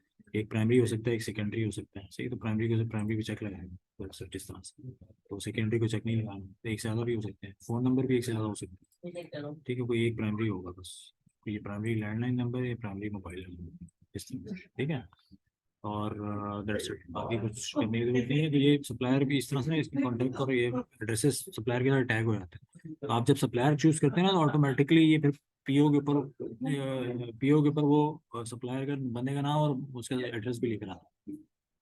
अच्छा खैर आगे चलें, तो अब देखें मैं सप्लायर के फॉर्म पे था और मैंने आपको बताया कि ये सारी चीज़ें यहाँ पे इसके टैक्स की डिटेल में, यहाँ एड्रेसेस हैं, यहाँ टैक्स की डिटेल है, उसकी कुछ अकाउंटिंग भी है कि मैं मेरी सेम कंपनी में वो एक कंट्रोल पेबल अकाउंट के अंदर ही बुक करेंगे। एक ही कंट्रोल अकाउंट है इस वक्त लोकल करेंसी का, लेकिन अगर लोकल और फॉरेन अलग अलग बुक करना है तो अलग अलग करेंसी में भी खोले जा सकते हैं अकाउंट। सही है, वो अभी मैं मुदस्सिर साहब को एक बार फिर इंपोर्ट रन करूँगा नेक्स्ट वीक। तो उसके अंदर ना मैं आपको ये, मुदस्सिर साहब आप थोड़ा प्लीज़ याद दिलाइएगा, मैं आपको ये अलग से ना फॉरेन करेंसी के अलग से अकाउंटिंग हैंडलिंग, और उस पर एक्सचेंज और गेन एंड लॉस वाले जो एलिमेंट है ना वो हम रन करेंगे। ठीक है, तो ये इस तरह से पेबल अकाउंट मैंने सप्लायर के साथ टैग कर दिया। यही सेम केस और सेम फॉर्म बिल्कुल ऑपोजिट साइड पे कस्टमर के लिए भी चलता है। यानी अगर आप कस्टमर का फॉर्म खोलें तो ये देखिए सब चीज़ें बिल्कुल वैसी ही हैं, लेकिन ऑपोजिट साइड पे चलती है। यानी देखिए ये कस्टमर अभी मैंने बनाया ना, तो ये देखिए कस्टमर बनाया, लेकिन कस्टमर का भी फॉर्म बिल्कुल वैसे ही है, वही सेम डैशबोर्ड है, वही एड्रेसेस हैं, वही टैक्स के एलिमेंट है, उसका कस्टमर का वैट नंबर लिखा आपने, वही अकाउंटिंग है। देखिए यहाँ वही कंपनी है, और ये सॉरी यहाँ पे इसकी ये क्रेडिट लिमिट थी, और वही यहाँ पे यहाँ रिसीवेबल अकाउंट आएगा। देखिए वहाँ क्रेडिटर आता है, यहाँ कंट्रोल डेटर अकाउंट आता है। तो आपने ये ऑलरेडी कंपनी सेटअप पे ना डिफॉल्ट में सेट हुआ हुआ है। तो ये आपको, आप यहाँ ना भी चूज़ करें तो वो कंपनी से वो रीड कर लेगा, लेकिन अगर अलग अलग कोई सी और रिस्पेक्टिव पर्टिकुलर अकाउंट में बुक करना है तो यहाँ पे अलग से भी कोई रिसीवेबल अकाउंट खोलेंगे तो उस पर्टिकुलर यहाँ पे आके उसको एक बार सेट कर देंगे, तो हर बार जब भी इनवॉइस बनाएंगे वो ऑटोमेटिकली इसी में बुकिंग करेगा। ठीक है, अभी देखिए कंपनी की मैंने क्रेडिट लिमिट की हिट लगाई है, तो वो कह रहा है यहाँ पे कोई क्रेडिट लिमिट की डिफाइन तो करो कि ये 5 लाख से ज़्यादा जो इसका क्रेडिट खड़ा हो तो उसके ऊपर फिर मैं इन्वॉइसिंग ना कर सकूँ। आप समझ रहे हैं, यानी मिसाल के तौर पर पाँच, जैसे ही 5,000 रुपये का रिसीव 5,000 का फर्स्ट क्लेम मैंने सेट कर दिया। तो मैंने कहा कि 5,000 का जैसे ही इसका रिसीवेबल खड़ा हो जाए इस कस्टमर का, ये साइक्लो का, तो इस जैसे ही आप अगली इनवाइस बनाएंगे जो 5,000 से बड़ा रिसीवेबल इस कंट्रोल अकाउंट में खड़ा डेबिट साइड पे खड़ा करेगा वो बैलेंस किसी भी दिन में, तो वो 5,000 को एक्सीड नहीं करने देगा, आपको सेल इनवाइस बनाने नहीं देगा। तो इस तरह से वो क्रेडिट लिमिट भी कंट्रोल की जा सकती है। हाँ ये देखिए, मेरा कस्टमर है साइक्लोन, और मैं चाह रहा हूँ कि यार उससे किसी भी तरह ना मैं उसका इन्वॉइसिंग का एलिमेंट जो रिसीवेबल है ना वो किसी भी वक्त किसी भी दिन किसी भी पॉइंट ऑफ टाइम पे 5,000 से ज़्यादा एक्सीड ना करे। तो मैं इन्वॉइसिंग करता रहता हूँ, मल्टीपल आइटम बेचते रहता हूँ, इन्वॉइस बनती रहती है, जैसे भी हम 230 रुपये की इन्वॉइस बना रहे हैं। सही है, तो मैंने फर्स्ट करने में इसको 200 रुपये पर सेट कर देता हूँ, देखें ये किस तरह से काम करेगा भी। बल्कि इन्वॉइस तो मैंने ऑलरेडी बनाई हुई है, 200 रिसीवेबल ना 230 पे खड़ा हुआ है, तो मैं अगर 300 कर दूंगा दोबारा डुप्लीकेट इन्वॉइस करूंगा, देखिए मैं थ्रो करेगा मैसेज। ठीक है, मैंने ये सेव कर दिया इस कस्टमर को। अभी हम आगे चलते हैं, मैं इन्वॉइस बना के आपको दिखाऊंगा तो आपको याद देनी रहेगी। सही है, तो मैं बनाए हुए हम इनवॉइस के ऊपर थे और मैं आपको दोबारा रिप्लेनिश वाले एलिमेंट पर बता रहा था कि नेगेटिव स्टॉक पे खड़ा है आइटम, अब वो रिप्लेनिश करना है तो वो रिप्लेनिश, ये चले आप पहले क्रेडिट लिमिट वाला एलिमेंट देख लें, फिर आगे वो उसको हम दोबारा से वो परचेज करके डालते हैं। तो देखिए सेल इनवॉइस में ऑलरेडी बना चुका हूँ, 230 रुपये का, 230 रुपये का रिसीवेबल ऑलरेडी खड़ा हुआ है उसके अकाउंट में। अगर मैं जाऊँ यहाँ अकाउंटिंग में, मैं एक ऑलरेडी इनवॉइस बना चुका हूँ, कस्टमर पे भी जाएँ कस्टमर से भी नजर आएगा, यहाँ जनरल लेजर से देखना चाहें जनरल लेजर से भी नजर आ जाएगा। देखें यहाँ जनरल लेजर से जाएँ यहाँ से भी नजर आ जाएगा कि इस कस्टमर का, मेरे इस कस्टमर के यहाँ से दिखेंगे, लेकिन जनरल लेजर की रिपोर्ट है, यहाँ कंट्रोल अकाउंट रिसीवेबल चूज़ किया, कस्टमर पकड़ा और कस्टमर का नाम लिखा। सही है, तो देखें वो कह रहा है ये 230 रुपये डेबिट में खड़े हैं। सही है, ये 300 रुपये की मैंने लिमिट लगाई हुई है। अब जैसे ही ये 300 रुपये यहाँ यहाँ पे वो रीड करेगा कि इसको 300 रुपये से एक्सीड नहीं करने देगा। ठीक है, अब ये चीज़ यहाँ पे भी नज़र आ रही है, और मुझे मैं कस्टमर पे भी चला जाऊँ तो मुझे कस्टमर पे भी ये चीज़ नज़र आती है, इसकी एजिंग भी नज़र आती है वगैरह वगैरह, 2-3 जगह से दिखाता हूँ। तो मैं कस्टमर में आ गया, कस्टमर का फॉर्म मैंने खोला, मैं डैशबोर्ड पे मैंने क्लिक किया, ये देखें 230 रुपये नज़र आ रहे हैं आपको। भाई अभी भी अनबिल्ड है, ठीक है, रिसीवेबल खड़ा है, एक सेल ऑर्डर बनाया है, डिलीवरी नोट बनाया है, सेल इनवॉइस पे खड़ा हुआ है, ओपन सेल इनवॉइस आप देखिए अभी बनाया ना मैंने एलिमेंट से। ठीक है, ये इस तरह से भी नजर आता है, इसको यहीं से आप, मैं यहीं से मैं इसकी एजिंग में जाके देखूँ तो सेल इनवॉइस जो ओपन खड़ी होती है ड्यू या नॉट ड्यू, जो है रिसीवेबल या पेबल, दोनों तरफ, यानी कि अभी हम रिसीवेबल की बात करें कस्टमर की, तो देखें ये इनवॉइस ही खड़ी हुई है, मैं इनवॉइस की, इसकी कोई पेमेंट नहीं आई, कोई रिटर्न नहीं बना, आउटस्टैंडिंग है 230 रुपये। और ये एग्जैक्टली इस ब्रैकेट के अंदर गिरा हुआ है 0 to 30, क्योंकि हमें याद है आपको 30 डेज नेट की पेमेंट हम चूज की है। जैसे ही 31वें दिन आएगा ये बैलेंस यहाँ से ट्रैवल होगी यहाँ से। ठीक है, एजिंग है ये एजिंग जो है आप cell invoice, cell person wise भी, आप सेल पर्सन के हिसाब से भी ना पॉपुलेट कर सकते हैं, और अपने सेल पर्सन की सेल देख सकते हैं, और ये भी देख सकते हैं कि उस सेल पर्सन की कौन सी सेल ड्यू में खड़ी है, नॉट ड्यू में, पास ड्यू में खड़ी है, और कौन सी एग्जैक्टली कौन सी डेज की ब्रैकेट में खड़ी है, ताकि आप उस सेल पर्सन को बोलें भाई अपनी पेमेंट चेज कर। सही है, आप अभी आप मैंने सेल इनवॉइस जो बनाई ना उसके साथ मैंने सेल इनवॉइस बनाई, तो मैंने उसके बाद सेल पर्सन टैग नहीं किया। आपके पास सेल पर्सन है जो कि सेल इनवॉइस बेस्ड उनकी कमीशन या किस तरह का एलिमेंट कोई ऐसा है आपका? अच्छा, तो देखें ये सेल इनवॉइस के अंदर ही, यहाँ आप मोर इन्फॉर्मेशन में जाएंगे ना तो आप ये देखेंगे सेल टीम है। से यहाँ सेल टीम के अंदर ये अभी भी, जबकि मैं सबमिटेड इनवॉइस है, ये मेरी सबमिटेड इनवॉइस है, लेकिन ये वाला एलिमेंट उसके बावजूद भी काम करता है। तो ये देखें मैं सेल टीम है, अब सेल टीम तो मेरा हकीकत में सेल पर्सन का जो स्ट्रक्चर है वो ना बिल्कुल आउट ऑफ अकाउंट जैसे ही। तो ये देखें ये मैं यहाँ से दिखाता हूँ सेल पर्सन, लिस्ट में जाएं आप सेल पर्सन, और फिर यहाँ से उसके ट्री में चले हैं, बिल्कुल वही चार्ट ऑफ अकाउंट के। तो देखें अब यही चीज़ पुल हो रही है, इसके नीचे कोई बंदा बना हुआ नहीं है, तो इसके नीचे बंदा बना है, ये पेरेंट है, उसके अंदर सेल पर्सन का नाम होता है। ये अब यही बंदा ना मेरा एचआर का बंदा भी है, मैंने एम्प्लॉय भी है, तो मैं एम्प्लॉय सेल पर्सन के साथ एम्प्लॉय भी टैग कर सकता हूँ, लेकिन आपने एचआर ऐसे में लिया हुआ नहीं है, तो वो काम नहीं कर रहा है। ठीक है, तो वो छोड़े उसको कर। अब ये जीशान कोई कमीशन बेस काम करता है? कमीशन है इसका कोई? सेल पे कितना कमीशन? फिक्स है या कोई फ्लक्चुएट करता है? हाँ, तो बस इसको 0 रेट रखें, हर इनवॉइस के ऊपर वो इनवॉइस के ऊपर डाल दीजिएगा, हर इनवॉइस बेस भी इसको चेंज कर सकते हैं। ठीक है, सो कोई टारगेट है कुछ, या ऐसे ही बगैर टारगेट के काम करता है? अगर कुछ टारगेट बेस्ड हो तो वो भी कर सकते हैं। ठीक है, चलो मैंने सेव कर लिया। ये देखिए आपको जीरो रेटेड है, और इसका नाम से है जीशान। ठीक है, मैं दोबारा वापस सेल इनवॉइस में आ गया। तो ये देखिए मैं यहाँ मैंने अभी बनाया है जीशान, तो ये देखेंगे जीशान आ गया। तो ये पेरेंट है, इसको बेशक चूज ना करें, जीशान में चूज करें। जीशान ने अकेले 100% इस इनवॉइस पे काम किया है। उसका कमीशन देखें जीरो, आपने पीछे सेट किया ना जीरो, तो जीरो है। तो आप बेशक अगर अगर अगर तो कमीशन फ्लक्चुएट करता है तो आपको सिर्फ रिपोर्ट पॉपुलेट एक रिपोर्ट मिल जाएगी, और उस रिपोर्ट के ऊपर फिर आप थोड़ा सा, यानी उस रिपोर्ट की बेस पे फिर आप उसका कमीशन हर बार खुद से हैंडल कर लें। और उसका जो भी जेवी पास कर रही है कमीशन की, जेवी पास कर रहे हैं सैलरी में जो जो भी खैर उसकी एडजस्टमेंट में आगे आपको बताता हूँ, तो वो हैंडल कर सकते हैं। लेकिन एटलीस्ट आपको हर इनवॉइस के ऊपर ना एक सेल परसेंट टैग हुआ मिल जाएगा। अगर किसी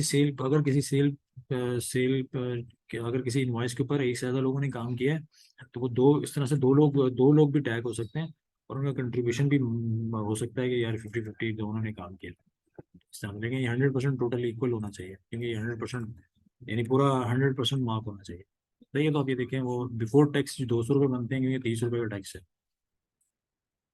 सही है, 30 रुपये का टैक्स है, 200 रुपये बनता है। ठीक है, तो वो 100% कंट्रीब्यूशन डाला है। सही है, समझ में आ रही है? तो देखिए मैंने अपडेट कर दिया। अब मैं एग्जैक्टली यानी कि मैं वहीं आपको एजिंग की रिपोर्ट में लेके जाऊँ। तो ये देखिए मैं कस्टमर पे हूँ, कस्टमर सॉरी सेल पर्सन पे हूँ, मैं कस्टमर कस्टमर से ले रहा हूँ। हाँ एजिंग में, सही यहाँ से मैं एजिंग में चला गया। तो अभी देखिए एजिंग में ना, अब मैं देख सकता हूँ कि एग्जैक्टली ना जीशान की इन्वॉइसेस दिखाओ मुझे। तो देखिए मैंने जीशान में खोला। अब ड्यू डेट से भी कर सकते हैं ये एजिंग, सेल इनवॉइस की पोस्टिंग डेट से भी पॉपुलेट कर सकते हैं, ड्यू डेट से भी कर सकते हैं। आमतौर पर ड्यू डेट से एजिंग को डिफाइन किया जाता है। इवन देखिए ये भी आपके हाथ में है कि आप आज के दिन में एज ऑफ, ये रिपोर्ट एज ऑफ पहले सेट की तरह एज ऑफ चलती है। तो आप, मैं चाह रहा हूँ नहीं यार, मुझे तो मुझे ना हर महीने के एंड तारीख को खड़े होकर मैंने एजिंग देखी होती है, या हर वीक के एंड पे देखनी होती है। तो हर वीक का एंड जो है आपको थर्सडे होता है। सही है, तो मैं हर 9 को देखूँ या 16 को देखूँ, या इस तरह डेट अपनी मर्जी की चूज कर सकता हूँ। अभी 22 है, तो मैं कह रहा हूँ चलो मुझे 16 तक की बताऊँ। तो 16 तक की डेट उसने खोली, और हमने तो आज इनवाइस बनाई, कोई इनवाइस ही नहीं की, सारी रिकॉर्डिंग आज की है। सही है, तो ये 23 को खोला मैंने, तो देखें वो एक जीशान की ना एक ही इनवाइस है। सही है, और जीशान में सैकड़ों को सेल किए, और ये 230 रुपये का टोटल टैक्स के साथ इंक्लूडिंग अमाउंट है। और वो जो उसकी पेमेंट ड्यू है वो 30 डेज नेट के अंदर है, क्योंकि पेमेंट अभी यानी नॉट ड्यू है। जैसे वो ड्यू होगी तो आप उसे आइडेंटिफाई कर लेंगे, आपको पता है पेमेंट टर्म्स क्या है। वो एजिंग के दिन ये देखें आप, नजर आ रहे हैं, ये दिन काउंट होना शुरू हो जाएंगे। कल ये पहला दिन हो जाएगा, परसों दूसरा दिन हो जाएगा, इस तरह से नंबर ऑफ डेज शुरू हो जाएंगे। तो आप फिर किसी भी दिन पर खड़े होकर पॉपुलेट करेंगे। और आपने ऑलरेडी ये सेल पर्सन यहाँ फिल्टर किया है, तो आप निशान को बोल सकते हैं, निशान यार अपनी सेल सर्कल वाले को फ़ोन करो और पेमेंट करो भाई। 31वां दिन हो गया है यहाँ पे, कहाँ पर, यहाँ पे 31वां दिन हो गया। हाँ सर, इस तरह से ना निशान को आप चेज कर सकते हैं। तो ये खैर एजिंग की रिपोर्ट है। तो इस तरह और भी बहुत सारी रिपोर्टें हैं, ट्रायल बैलेंस पार्टी है, सप्लायर लेयर समरी है, वगैरह वगैरह। तो ये तो सेलिंग साइकिल का एलिमेंट था। अब हम बाइंग करते हैं, देखिए आपने पहले सेल कर दिया, नेगेटिव स्टॉक गिरा दिया, आप परचेज कर लेते हैं। और परचेज फॉरेन या लोकली कर लेते हैं, जैसे हम वो सप्लायर से बात करते करते कहाँ चले गए। तो हमने सप्लायर बनाया था मूसा के, वो आप कह रहे थे कि उसका टैक्स किधर डालेंगे, तो इसके अंदर डालेंगे, और टैक्स बड़ा फॉर्म है, सब कुछ मौजूद है। मैंने उससे क्या, फिर पीओ इशू कर दिया, और मैं उसे कह रहा हूँ यार वो मेरा कॉन्ट्रैक्टर मुझे डिलीवर कर दो। सही है। सही है, तो कितने, पाँच दो क्या नाम है उसका, सही 2 पीस हैं। आप देखें वो हमने ना वो जो एग्जैक्टली जो मैंने 85 रुपये ऑलरेडी लास्ट टाइम डिफाइन किए थे, वो पीओपी नहीं किए, वो स्टॉक रिकैंसिलेशन के डॉक्यूमेंट पे किए हैं। तो ये जो आइटम प्राइसिंग बनती है ना, जो खास तौर पे बाइंग साइकिल के ऊपर, जैसे सेल साइकिल के ऊपर मेरे 100 रुपये बने, वो मैंने आपको आइटम प्राइस में दिखाया। तो वो 85 रुपये बाइंग साइकिल पे नहीं बने, क्योंकि स्टॉक रिकैंसिलेशन का वो डॉक्यूमेंट नहीं है, बाइंग साइकिल का डॉक्यूमेंट नहीं है। तो ये जो बाइंग की जो कॉस्टिंग एलिमेंट बनता है ना, ये बाइंग के साइकिल के ऊपर रन होने वाले डॉक्यूमेंट से बनता है। तो पीओ पीओ वो पहला डॉक्यूमेंट है जहां हम ये 85 रुपये डालेंगे, तो ये नेक्स्ट टाइम के लिए इसको ये मेमोराइज कर लेगा कि ये 85 रुपये का। ठीक है, अब ये इसके ऊपर टैक्स हमने टैक्स लगाना है, वही जो हमने टेम्पलेट है टैक्स लगा दिया, ये टैक्स। ठीक है, वही सेम से हाँ बिल्कुल सही है। अच्छा। ठीक है, देखिए आपकी कंपनी का एड्रेस आ रहा है, यही सप्लायर का एड्रेस और सप्लायर का कॉन्टैक्ट अगर आपने बनाया, अभी पीछे मैंने बनाया नहीं, अगर बनाया होता तो यहाँ गिरे हुए होते वो ऑटोमेटिकली फुल किए होते। देखिए पेमेंट टाइम हमने सप्लायर पे तय किया ना, उसमें ऑटो उठाई है कोई 30 दिन की। ये भी अगर ये टेम्पलेट भी अगर हम वहाँ कंपनी सेटअप में डिफाइन करते हैं तो ये ऑटो उठाएगा। अब ये तो हकीकत में कोटेशन की टर्म है, मेरे परचेज ऑर्डर की टर्म्स थोड़ी है ये तो सेलिंग साइकिल की टर्म्स है। तो ये पीओ पे प्रिंट नहीं होनी चाहिए, ऐसे ही है ना। तो पीओ की टर्म्स बना लेना आप, यहाँ नया टर्म नया बना लें बाइंग टर्म्स। एक दफ़ा बना लें यहाँ पे स्टोर, वही लिख लें .1 जो भी टैक्स से डिलीवरी इतनी बड़ी देनी है, और वगैरह वगैरह जो भी आप लिखना चाहें वो सारी स्टोरी देखें। अब मैं यहाँ चूज़ करूँगा बाइंग टर्म, देखें इस तरह से फॉल कर देंगे। अब यहाँ जो भी लाइनें लिखी होती हैं सब आती हैं। ठीक है, अब हम पीओ पे, पीओ का डिटेल सेक्शन के अंदर ये सारे सप्लायर अप्लायर और आइटम यहाँ डिटेल सेक्शन में होते हैं। ठीक है, हमने पीओ बनाया था इसे, वही सऊदी सऊदी करेंसी में काम कर रहा हूँ, और default company currency Saudi currency है, इसमें वो काम कर रहा होता है। सही है। और अगर आप इंपोर्ट करेंगे तो वो जैसे मैंने पहले भी चला के दिखाया था, नेक्स्ट वीक हम दोबारा ही काम करेंगे इंपोर्ट वाला, तो डिटेल से देखेंगे। पीओ बनाया, पीओ से ही डायरेक्ट जल्दी से थ्रो कर देते हैं जीआरएन। तो ये दो पीस अब मैं थ्रो करूँगा स्टोर के अंदर, तो मुझे कहेगा स्टोर का नाम बता दो। ये वही हमारा एक ही स्टोर है, स्टोर में नाम बताया, क्वांटिटी बताई, एक्सेप्टेड क्वांटिटी और स्टॉक आइटम है, और वही जीआरएन आपको याद है ये -1 पे खड़ा था। सही है, मैंने जीआरएन बनाई है, देखें स्टॉक लेजर में जाके देखें जीआरएन के डॉक्यूमेंट्स ही, उसने अकाउंटिंग स्टॉक लेजर क्रिएट किया है, और क्या कहते हैं अकाउंटिंग लेजर क्रिएट किया है, देखें। अच्छा बल्कि हाँ वो सॉरी, अकाउंटिंग का डॉक्यूमेंट तो खोले हैं मैंने, जो आपको अभी भेजा है, क्या नाम है वो सर आप खोलें, आपको थोड़ा समझाना है। मैं भी खोलूँ क्या? आपकी स्क्रीन पे देखें, ये देखें मैं खोलता हूँ उसको। ये देखें कि अब ये जो डॉक्यूमेंट है इसमें जो चीज़ समझने वाली वो क्या है कि, ठीक है अभी हम देखें, अभी हम बाइंग साइकिल चला रहे हैं। सही है, मैं बाइंग साइकिल मैंने पीओ बनाया है। ठीक है मैंने, और मैं स्टॉक आइटम की बात करूँ, सिस्टम के अंदर 3 तरह के item, asset item, stock item और सर्विस आइटम। मैं स्टॉक आइटम की बात कर रहा हूँ, कॉन्ट्रैक्टर मेरा स्टॉक आइटम है, मेंटेनेंस स्टॉक का चेक लगाया है। मैंने मटेरियल रिव्यूज का डॉक्यूमेंट बनाया ही नहीं है, वैसे भी उसका कोई स्टॉक लेजर और अकाउंटिंग लेजर इम्पैक्ट नहीं है। पीओ मैंने बनाया है, पीओ का कोई stock ledger accounting ledger impact नहीं है, लेकिन मैंने अभी जीआरएन बनाई है, तो जीआरएन देखें ये काम करेगी।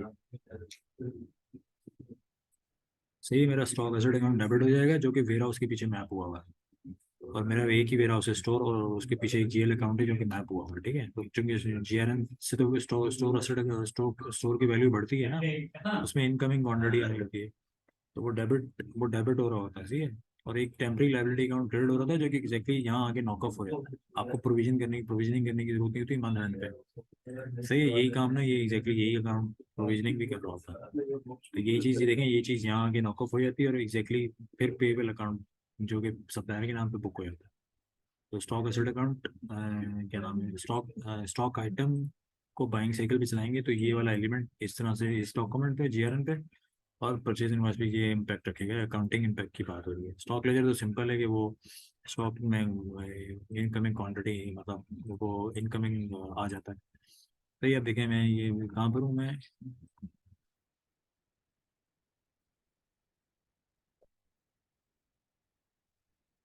हाँ जी।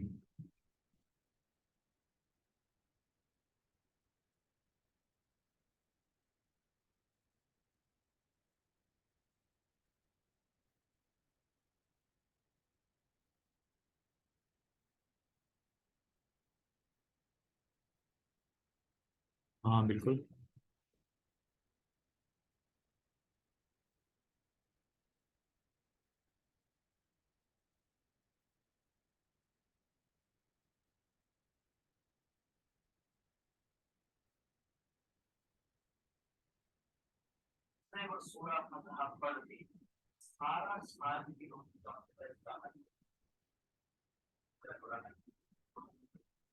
नहीं बस अब ये देखें, ये एक अलग डॉक्यूमेंट है, ये एक अलग डॉक्यूमेंट है। आप जीआरएन पे कर, और आप परचेज इनवॉइस पे करें, आप जीआरएन के ऊपर भी ये डेबिट और ये क्रेडिट करना चाहते हैं यहाँ पर, या परचेज इनवॉइस पे करना, जीआरएन पे करना चाहते हैं। जीआरएन स्टोर का डॉक्यूमेंट है, जीआरएन स्टोर का डॉक्यूमेंट, अकाउंटिंग डॉक्यूमेंट नहीं। स्टोर का डॉक्यूमेंट एग्जैक्टली पेबल बुक नहीं कर सकता ना, टैक्स बुक कर सकता है एग्जैक्टली। यहाँ पे टैक्स भी बुक होता है, डेबिट इनपुट टैक्स है ना, डेबिट में आप वैट भी बुक करेंगे, मैंने वहाँ लिखा नहीं है। तो ये डेबिट होगा, इसके नीचे वैट डेबिट होगा, फिर पेबल क्रेडिट होगा। सही है। तो ये काम सिर्फ यही डॉक्यूमेंट कर सकता है अकाउंटिंग, जो यानी जो इंटरनेशनल अकाउंटिंग है वो परचेज इनवॉइस से ही काम होता है। वो कभी भी जीआरएन से ही काम ही नहीं लेगा। आप कल को ऑडिट करवाएंगे ना, ऑडिटर कहेगा जीआरएन क्या कर रही है तुम्हारी, वो एक्सेप्ट नहीं करेगा। अच्छा देखें, इसमें एक चीज़ नरसिम साहब आपको समझने की जरूरत है। दो तरह के एलिमेंट है। आप परपेचुअली अकाउंटिंग स्टॉक मैकेनिज्म के साथ चल रहे हो। परपेचुअल अकाउंटिंग जो होती है ना, वो ईच स्टोर रिकॉर्ड के ऊपर अकाउंटिंग बुक करती है। स्टोर रिकॉर्ड कौन से हैं? स्टोर रिकॉर्ड जीआरएन और डिलीवरी नोट है। बाइंग साइकिल और सेलिंग साइकिल के ऊपर, बाइंग साइकिल पे जीआरएन है, सेलिंग साइकिल के ऊपर डिलीवरी नोट है। ठीक है। तो ये परपेचुअल का मतलब होता है कि वो फ्रिक्वेंटली, यानी उर्दू में इसको मतवातिर कहते हैं। परपेचुअल का मतलब है मतवातिर, यानी एक के बाद एक। तो वो हर रिकॉर्ड के ऊपर अकाउंटिंग भी उसकी बुक कर रहा है। दूसरा एलिमेंट है पीरियोडिक स्टॉक कीपिंग। पीरियोडिक के ऊपर वो ये काम सिरे से नहीं करता। वो बरह रास्त जो कि आप काम कह रहे हैं ना, कि वो ये वाला अकाउंट यहाँ पे डेबिट करता है और ये चीज़ क्रेडिट कर देता है, और यहाँ पे करता है। यानी स्टॉक एसेट अकाउंट यहाँ पे डेबिट कर देता है, ये चीज़ यहाँ पे डेबिट कर देता है, ये चीज़ वहीं पे रहती है। ठीक है। तो ये वाला एलिमेंट सिरे से जीरो कर देता है इसकी तरह। No stock ledger impact, no accounting impact on purchase. Sorry, stock ledger impact होता है, क्योंकि स्टॉक लेजर तो अल्टीमेटली क्वांटिटी इन आउट करेगा, लेकिन अकाउंटिंग इम्पैक्ट जीरो हो जाता है इसका। ठीक है। तो वो पीरियोडिक में पता है वो प्रॉब्लम क्या है? पीरियोडिक में प्रॉब्लम ये है कि फिर ना आपको हर मंथ एंड पे cost of goods sold manually निकालनी पड़ेगी। आपको पता है ना, वो फिर cost of goods sold manual निकालनी पड़ती है। वो फिर स्टॉक के बैलेंस के ऊपर आप स्टॉक बैलेंस की रिपोर्ट पॉपुलेट करेंगे, और सारी आउट गोइंग क्वान्टिटीज को रिकनसाइल करके फिर वो उसका स्टॉक फिर एक जीबी पास करके आपको ना कॉस्ट ऑफ गुड्स सोल्ड को डेबिट करके मैनुअल डेबिट करना पड़ेगा। तो वो एलिमेंट ना ऑलमोस्ट फॉत हो गया है, वो कोई नहीं चलाता। सारे ऑटोमेटिक चलाते हैं। ऑटोमेटिक में थोड़ी सा अकाउंटिंग सिस्टम पे छोड़ दी जाती है, और सिर्फ आइटम के नेचर को कंट्रोल किया जाता है। आप में से किसी एक को।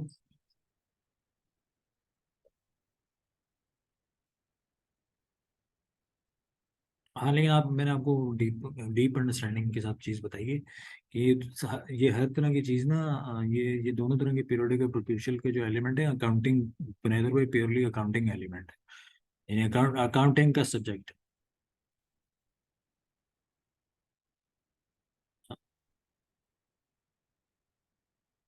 ये और ये यानी इसकी बात कर रहे हैं। तो फिर वो आप फिर cost of goods sold manual drive कर लेंगे।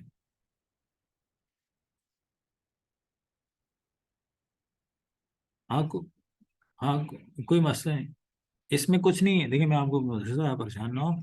इसमें हकीकत में कुछ नहीं है, आपने सिर्फ जो सिस्टम के अंदर आइटम मास्टर को कंट्रोल करना है। तो हम राइट जो है ना, राइट किसी एक सुपर यूजर को देते हैं आइटम की क्रिएशन का, ताकि वो सही से आइटम क्रिएट करे। हर बार आइटम की नेचर को सही तरह से क्रिएट करे, ताकि वो अभी तक तो मैंने आपको स्टॉक आइटम चला के दिखाया, अभी मैं सर्विस आइटम चला के अभी अभी दिखाता हूँ फौरन से, ताकि आपको समझ में आए कि इन दोनों में फ़र्क क्या है। तो ये स्टॉक आइटम मैंने अभी कॉन्ट्रैक्टर चलाया ना, वो स्टॉक आइटम था, तो वो इस तरह से चलता हुआ यहाँ तक आया है। अभी हम यहाँ पे खड़े हैं और अब हम ये चीज़ बुक करेंगे। अभी मैं आपको ये चीज़ दिखाने लगा, ये देखें। सही है। वो मैंने दो पीस से रिसीव किए हैं, तो देखें वो मेरा स्टॉक इन हैंड ना, वो -1 को सेटल करके +1 पे आ गया। अब मैं अगर ये जीआरएन का डॉक्यूमेंट नंबर यहाँ स्टॉक लेजर से हटा दूँ और आज की रिकॉर्डिंग देखूँ, तो देखिए मैंने एक पहले इनकमिंग एक स्टॉक रिकन्सिलेशन से ओपनिंग क्वांटिटी के तौर पर डाली थी। फिर मैंने दो डिलीवरी नोट पे दो डिलीवरी दे दी, तो वो नेगेटिव में चला गया था। अभी मैंने अभी मैंने जीआरएन बनाई, तो वो दो की जीआरएन बनाई, तो उसने एक नेगेटिव सेटल करके पॉजिटिव में आगे खड़ा हो गया। हाँ सही है, तो इसने इसको सेटल किया है ना, तो ये यहाँ से यूँ होके यहाँ आ गया। ठीक है।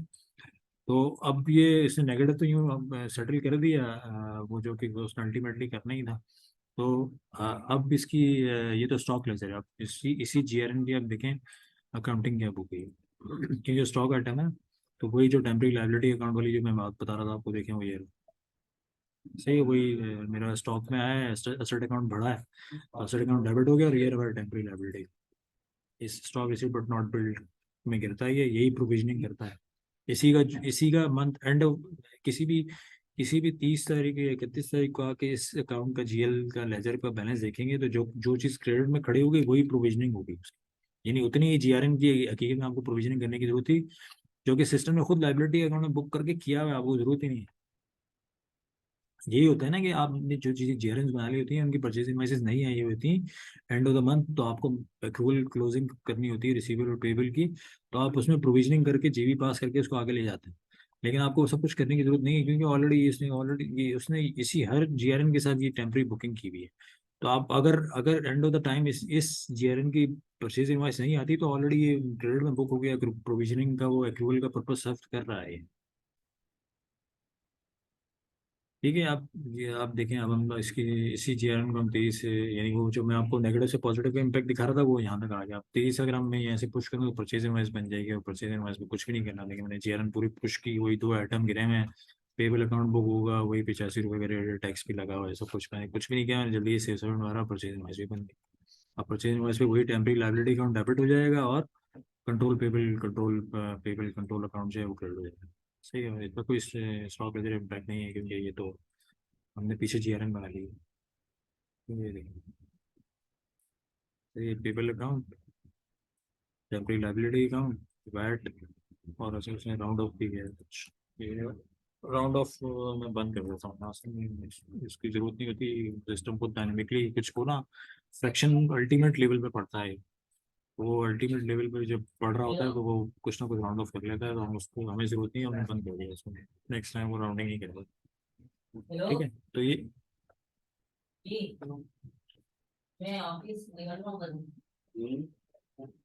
मिसाल दे के समझाएंगे दूसरे से,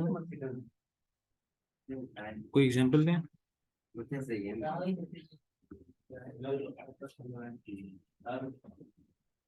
परचेज के ऊपर या सेल के ऊपर, परचेज के ऊपर, यानी मूसा केबल साहब ने कुछ लिया तो उसने डिस्काउंट दिया आपको, परचेज के ऊपर, हाँ बिल्कुल, देखिए ना, परचेज इनवॉइस के ऊपर ना, ये मैं डुप्लीकेट करता हूँ ताकि आपको मैं दिखा सकूँ कि परचेज इनवॉइस के ऊपर भी सारा नॉट ओनली का टैक्स का अमाउंट, टैक्स का एलिमेंट भी है, बल्कि डिस्काउंट का एलिमेंट भी है।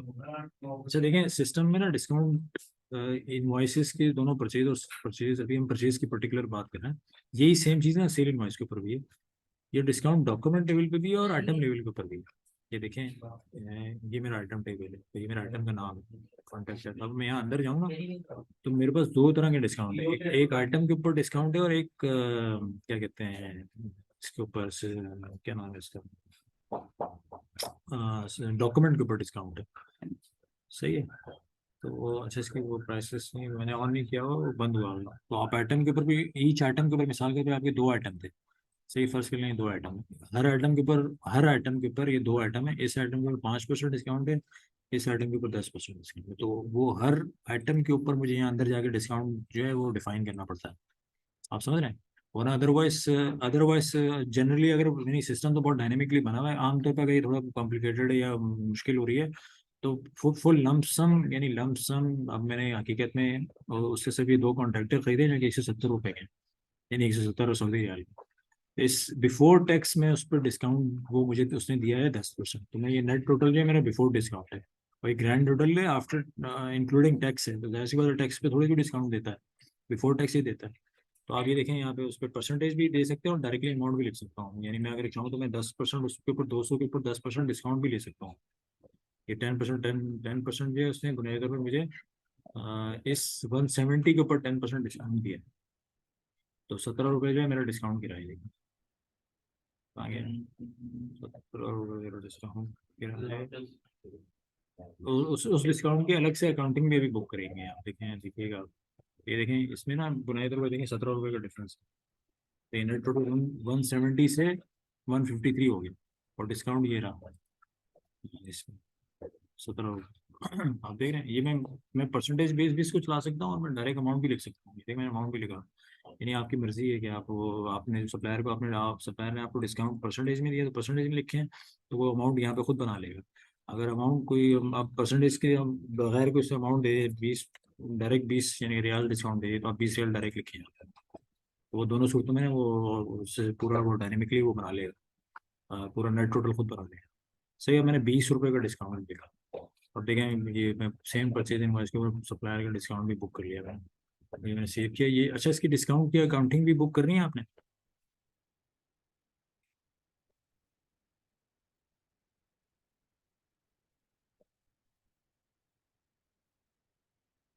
सही। हाँ देखिए, परचेज, जी जी बिल्कुल आप सही कह रहे हैं। ये जैसे मूसा केबल की मैंने अभी इनवॉइस बनाई, और इस इनवॉइस के ऊपर मैंने ये 170 रुपये के ऊपर मैंने देखें 20, आप देख रहे हैं 20 रियाल जो डिस्काउंट मुझे सप्लायर में दिया। तो मुझे हकीकत में ये जो 150 रुपये का क्या टोटल पड़ा है, और 20 रुपये जो मैं डिस्काउंट में शुमार होंगे। और वो जो 20 रुपये डिस्काउंट में आपने उसकी अकाउंटिंग अगर करनी है तो देखिए सिस्टम उसकी अकाउंटिंग किस तरह से करता है। मैंने बुनियादी तौर पे परचेज इनवॉइस बना दी है, तो देखें परचेज इनवॉइस से कैसे बुक की। ये देखें, यानी उसने वही पे बिल 172 रुपये से खड़ा किया, 150 रुपये का हकीकत में नॉक ऑफ किया है। सही है, जबकि पीछे से ना, पीछे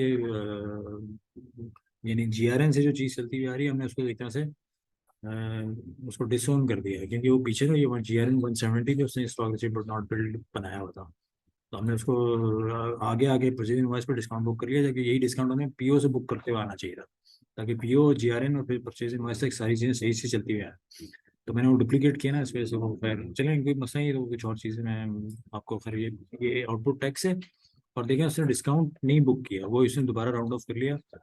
राउंड ऑफ जबकि मैंने बंद भी किया है, एक मिनट मैं दोबारा से चेक करूँ राउंड ऑफ क्यों उससे कर दिया। मैंने किया हुआ है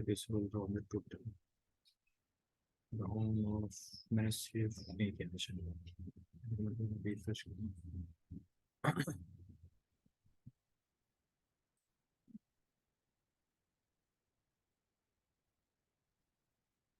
ठीक है। और ये देखें एक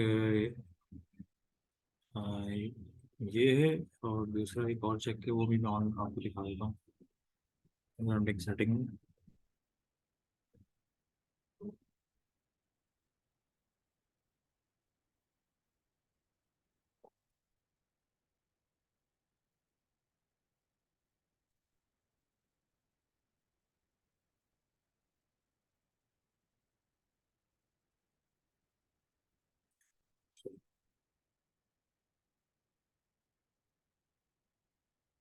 बाइंग सेटिंग पहले वो अकाउंटिंग सेटिंग में था, वो नया वर्जन आया ना, तो उन्होंने फिर वो जो जो रेस्पेक्टिव जो एलिमेंट थे ना, वो उठा के दूसरी जगह पे फेंक दिया, जो बाइंग का था वो बाइंग पे डाल दिया। तो कहा तो यार मैं भूल गया उसको। हम बाइंग की बात करें ना, बाइंग के डिस्काउंट की, तो बाइंग का डिस्काउंट एक मिनट रुको, मैं चेक करूँगा दोबारा से। तो ब्राउज़र में आपने ये रिकॉर्ड करना है, नहीं करना है 20 20 रियाल का डिस्काउंट है बस सर।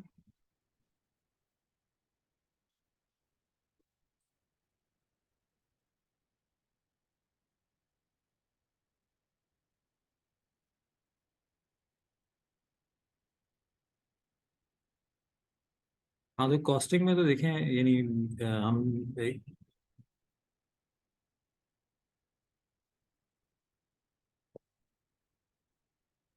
अच्छा चलें, एक मिनट, मेरे ख्याल से हम दोबारा से बनाते हैं फिर केस, ताकि एग्जैक्टली आपको समझ में आए। अब फर्ज कर लें यही एक आइटम है, सही है, और आप कह रहे हैं कि ये 100 रुपये का है, सही है, और आप मुझे कह रहे हैं कि 100 रुपये का है, और उस पर टैक्स भी है, और उस पर डिस्काउंट भी है।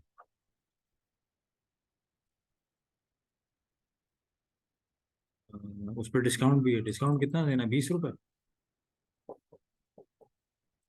हाँ चलिए, मैंने देखें अब अगर आप गौर करें तो मैंने ये 100 रुपये का और मैंने 20 रुपये डिस्काउंट दिया, तो 80 रुपये हो गया, ठीक है। तो अब एग्जैक्टली आप क्या चाह रहे हैं कि ये किस तरह से बुकिंग हो, कि 80 रुपये पे बुक हो ये, या 100 रुपये पे बुक हो?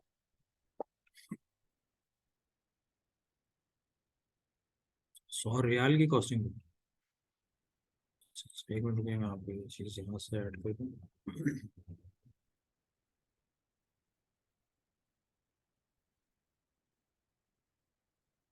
हाँ, डिस्काउंट को हम ऐड करते हैं यहाँ पे।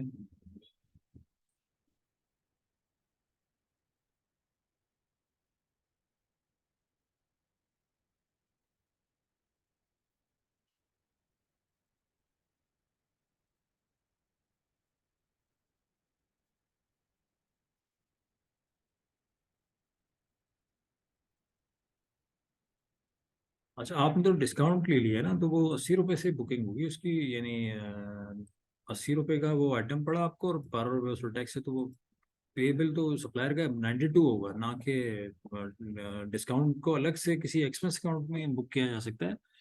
लेकिन उसकी कॉस्टिंग तो फिर देखिए ना, डिस्काउंट आपने दे दिया तो वो लॉजिकल नहीं बनता ना कि वो फिर 100 रुपये से भी बुकिंग हो उधर साहब।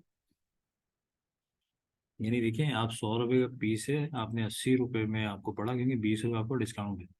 12 रुपये इस पे, इस 80 रुपये पे 15%, 12 रुपये टैक्स बनता है वैट का। तो ये दोनों मिलके, अब जो सप्लायर का पे बिल है जो आपने सप्लायर को पे करना है वो तो 92 है। तो आप ऐसे ही तो फिर उसमें ये सही तो बना रहा है, इसमें प्रॉब्लम क्या है?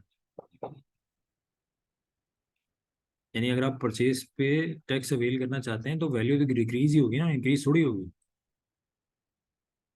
आप समझ रहे हैं? तो ये देखें, ये चीज़ इस तरह से बुक हो सकती है। अच्छा, इसमें एक और एलिमेंट है, मैं आपको एक और परचेज इनवाइस बनाता हूँ, मैं आपको थोड़ा वो भी समझा देता हूँ। लेकिन जब आप अकाउंटिंग में बुक, अकाउंटिंग का डॉक्यूमेंट है परचेज इनवाइस, ये और भी पर्पज सर्व करता है। अब मिसाल के तौर पे यही एक आइटम 100 रुपये का है मेरा, और मैंने टैक्स को मैं टैक्स से हैंडल नहीं कर रहा। मैं टैक्स को फौत कर देता हूँ और ज़ीरो कर देता हूँ, यानी कि, और मैं टैक्स को एग्जैक्टली जो आप कह रहे हैं ना कि मुझे अलग से वो वैल्यूएशन के पर्पज भी सर्व करना है, तो मैं अगर इसे 100 रुपये रखूँ, और मैं यहाँ इसमें एग्जैक्टली टैक्स के साथ एक एक्चुअल अमाउंट के ऊपर मैं डिस्काउंट को कहीं बुक कर लूँ, तो देखिए आप इस तरह से ना मैनुअली भी इसको यूँ कर सकते हैं कि मैं फिर हकीकत में तो ये इस पे ऑटो भी परसेंटेज वाइज भी कैलकुलेट कर सकता है। लेकिन मैं वो मैं यहाँ अगर नेट टोटल करूँ तो मुझे रेट देना पड़ेगा। ये देखें, ये अमाउंट की फील्ड ना फ्रीज है, ये देख रहे हैं आप? तो ये ऑन है, ये फ्रीज है, ये ऑन है। ठीक है, मुझे मैं यहाँ 10% रेट लिखूंगा, तो वो बिफोर टैक्स, यानी नेट टोटल का मतलब है बिफोर टैक्स। तो ये देखें, ये 100 रुपये पे 10%, 10 रुपये से निकाल लिए। 100 रुपये पे 10%, 10 रुपये निकाल लिए। या अगर मैं चलें 15 करूँ तो देखें 15 बढ़ जाएंगे। सही है। तो अब मैं इसको एग्जैक्टली किसी डिस्काउंट एक्सपेंस अकाउंट में बुक कर लेता हूँ। फॉर एग्जांपल, आप अगर मुझे कहते हैं ये डिस्काउंट ऑन सेल है, जैसे इसी तरह अगर हम डिस्काउंट ऑन परचेज बना लें। सही, अब नया अकाउंट अगर जीएल में अकाउंट में बुकिंग करनी है तो मैं नया अकाउंट भी बना सकता हूँ, जिसको मैं कहूँगा कि परचेजेस डिस्काउंट। ठीक। और ये जो आमतौर पे डिस्काउंट होता है, ये बुनियादी तौर पे एक इनकम अकाउंट होता है जो कि डेबिट में बुक हो रहा होता है। सॉरी, एक एक्सपेंस अकाउंट बनाए, इसको क्या करें, आप क्या कहते हैं? ये जो परचेज के ऊपर डिस्काउंट है, ये मेरे इनकम के तौर पे मैं रिकॉर्ड करूँ या एक्सपेंस को? हाँ, ये इनकम, चलो इनकम में रिकॉर्ड होगी, सही है। इनडायरेक्ट इनकम में मैं रिकॉर्ड कर रहा हूँ, और इसकी टाइप जो है इनकम अकाउंट होगी, तो ये हमेशा ना क्रेडिट में ही रिकॉर्ड होगा। ठीक है जी। तो अब ये देखिए, मैंने यहाँ पे एग्जैक्टली ये चार्ट ऑफ अकाउंट बनाया। मैं चार्ट ऑफ अकाउंट में जीएल अकाउंट बनाने ही चला गया था, मैं बना के वापस आया, सिस्टम में ऑटोमेटिकली मुझे वहीं परचेज इनवॉइस उसी जगह पे ला गया, खुद से खड़ा कर दिया। ठीक है, यहाँ से मेरे पास अकाउंट था नहीं, तो मैं यहाँ से ये अकाउंट बनाने चला गया था, यहाँ से क्लिक करिए। और फिर जब मैंने वो बनाया, और मैंने देखा आपने आपने मैंने किस तरह से अकाउंट बनाया, मैंने यहाँ पे क्लिक किया। मैंने यहाँ पे वो परचेज ऑन डिस्काउंट लिखा, यहाँ पे इनकम पेरेंट अकाउंट उसको चूज किया कि किस पेरेंट के नीचे है वो। चार्ट ऑफ अकाउंट में पेरेंट चाइल्ड है ना सर, तो मैंने वो पेरेंट चूज किया, उसकी टाइप लिखी कि उसकी हैंडलिंग कैसे होगी। तो आपने, जैसे मैंने आपसे पूछा क्या होना चाहिए, तो आपने कहा इनकम अकाउंट होना चाहिए। ठीक है, मैंने ये बनाया, और फिर वो जैसे ही मैंने सेव किया ना, तो सिस्टम ने मुझे ऑटोमेटिकली यहाँ पे ला के थ्रो किया इस जगह में। और वो यहाँ पे ऑलरेडी चूज इन था ये इस तरह से। ठीक है।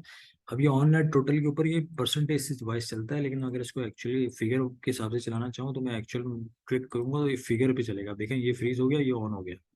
जबकि पहले ये ऑन नेट टोटल के ऊपर, जो कि ऑन नेट टोटल ये है मेरा, सही है, बिफोर टैक्स, तो उसके ऊपर ये परसेंटेज भी चल रहा था और अमाउंट भी फ्रीज था। और जब मैं एक्चुअल कर लेता हूँ तो वो मुझे फिर अमाउंट ये फ्रीज करके ये ऑन कर देता हूँ। ठीक है, अब मैं यहाँ पे 13 रुपये डाल। सही, अब ये 13 रुपये आप मुझे कह रहे हैं कि परचेज इस डिस्काउंट में एक्सेस में बुक भी हों और वैल्यूएशन में भी हिट करें। तो ये देखिए मेरे पास ना ये, यानी इस चीज़ को थोड़ा स्ट्रॉन्ग थोड़ा सा एलिमेंट है, जरा थोड़ा सा तवज्जो करिएगा।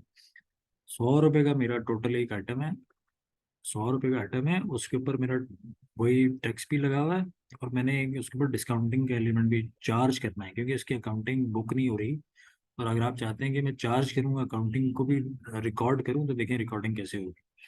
या आपने यहाँ पे टैक्स सी के टेबल के अंदर यहाँ लाइन ऐड की है, और ये ग्राउंड्स हैं जिनके ऊपर आप कैलकुलेशन करते हैं। सही है। ये एक्चुअल में आपने देखा कि जब मैंने एक्चुअल किया तो मैं यहाँ पे उसको अमाउंट मैनुअल दे रहा हूँ, लेकिन जब मैं नेट टोटल करूंगा तो इसके ऊपर परसेंटेज दे सकता हूँ। इसके ऊपर मैं परसेंटेज दे सकता हूँ कि यार ये 10% रिकॉर्ड करो इसको। ये 10%, 100 होगा 10%, 10 रुपये हो गया। ठीक है। और ये इसके अंदर और भी मैकेनिज्म है, ये हम कभी आगे चलेंगे तो फिर आपको चला के दिखाएंगे। तो अब ये 10%, 10 रुपये हो गया। अब ये 15 रुपये टैक्स है, 115 रुपये, और 10 रुपये मिला के 125 रुपये हो रहे हैं। अब ये बुनियादी पर चार्ज कैसे करने हैं, ये चार्ज करने का मैकेनिज्म है। ये देखें, ये 3 ग्राउंड्स हैं। अब ये 3 ग्राउंड्स क्या हैं कि आपने क्या आपने आइटम के ऊपर आइटम की वैल्यू के अंदर भी एडिशन करना है उसको, या सिर्फ टोटल में एक अलग से जेल में गिराना है। आइटम के साथ भी ये 10 रुपये ट्रैवल करवाना है, यानी आइटम 110 रुपये का वो भी चलेगा आगे। सही। आप देखें, मैं क्या करता हूँ, मैं दोनों का, मैं पहले इसको टोटल करता हूँ, फिर वैल्यूएशन को चला के दिखाता हूँ, फिर इसको चला के दिखाता हूँ, अलग अलग चला के देखें आप, फर्क दिखेगा, फर्क क्या पड़ेगा। सही है। मैं इसको सेव कर रहा हूँ। सही है, और सबमिट कर रहा हूँ। मैंने ये वॉइस बना दी, मैंने टोटल के ऊपर रख के बनाई है। सही है, अभी इसको लेजर चेक करेंगे। सही है, देखिए। सही है। ये 100 रुपये का मेरा आइटम है, 15 रुपये मेरा टैक्स है, और ये देखिए मैंने परचेज डिस्काउंट बुक किया, क्योंकि मेरा जो परचेज डिस्काउंट है ना, बुनियादी तौर पे इनकम अकाउंट है, लेकिन ये देखें उसने ना डेबिट में बुक किया है और एक्सपेंस के तौर पे उसको बुक किया है। क्योंकि आप उसको उसको चार्ज करना चाहते हैं किस जगह पे, आइटम के ऊपर। सही है। तो आप देखें। हाँ, आप देखें, आपको परचेज टोटल पेबल जो सप्लायर है ना जिसको, उसने आपको अभी भी 125 रुपये देने हैं उसको। सही है। ये समझ गए आप कि इसमें क्या हुआ। हाँ एक, हाँ बिल्कुल बिल्कुल। अब देखें, अब दोबारा से देखें इसको ना, यानी दोबारा डुप्लीकेट कर रहा हूँ, उसको एक और इनवॉइस बना रहे हैं हम, और सेम सारी स्टोरी है। अब मैंने यहाँ अंदर जाके इसको, ये टोटल पे रखा हुआ था, मैं कह रहा हूँ नहीं, सिर्फ वैल्यूएशन के पर्पज के लिए आइटम की कॉस्ट के साथ, सिर्फ आइटम की कॉस्ट के साथ ट्रैवल करवाओ, अकाउंटिंग अलग से बुक नहीं करो उसकी। सही है। ये हो गया यार। एक मिनट रुकें, ये कभी कभी इस तरह फंस जाए ना, तो ये कंट्रोल शिफ्ट आर कर लिया गया, वो कैशे उसका ना वो थोड़ा सा फेल हो जाता है। अरे नहीं, सिर्फ, अरे भाई एक ही शॉर्टकट है, कंट्रोल शिफ्ट आर, और कोई शॉर्टकट नहीं। अरे नहीं मुदस्सिर साहब, ऐसा कुछ नहीं है। मुदस्सिर साहब, आप पाकिस्तान से हैं? कहाँ से हैं आप? हाँ, आप मुझे वो हमारे मलबरी भाई लग रहे हैं। ऐसे ही। आप मलबार से हैं या वो केरला से हैं या नॉर्थ में इंडियन है? अच्छा, हैदराबाद दक्कन से हैं। अच्छा, मैं असल में खुद भी दुबई में था बहुत अरसे में, दुबई मेरा, तो मेरा एक असिस्टेंट था वो हैदराबाद दक्कन में से था। तो वो ना, वो बीच में जो मुझे मुझे शुरू शुरू में समझ नहीं आता था, वो मुझे बोलता था नको, यानी कोई कोई बात करते करते ना वो बोलता था नको। वो आप नहीं को नहीं को नको बोलते हैं ना। हाँ, तो वो मुझे इस तरह ना वो नको बोलता था, तो मैं फील नहीं हुआ। फिर मुझे बाद में ना उसने बकायदा मुझे बताया कि वो मैं आपसे नहीं जब कहता हूँ ना, वो नको, उसको मैं नको बोलता हूँ। इस तरह एक दो वर्ड और भी वो यूज़ करता था। चले खैर, कोई बात नहीं। तो ये देखें, अब मैंने एक और इनवॉइस बनाई है, अब मैंने वैल्यूएशन टोटल को छोड़ के मैंने वैल्यूएशन के एलिमेंट को पकड़ा है। तो अब ये देखें, उसने देखा उस रिकॉर्ड में और इस रिकॉर्ड में आपने देखा फर्क क्या है। वो एक, ये 100, हाँ वो 10 रुपये उसने जो परचेज डिस्काउंट का एलिमेंट है ना, वो, हाँ वो देखा आपने, वो किस तरह उसने वो 10 रुपये डिस्काउंट के एलिमेंट को स्किप कर दिया। हाँ, ये बिल्कुल बिल्कुल बिल्कुल बिल्कुल इस तरह से ना, ये अब देखें, अब तीसरा एलिमेंट हम रिकॉर्ड करते हैं एक और इनवॉइस बना के। तो आप तीनों को ना इस तरह से अपना खुद से बना के देखिएगा, तो आप वो बिल्कुल ये 100।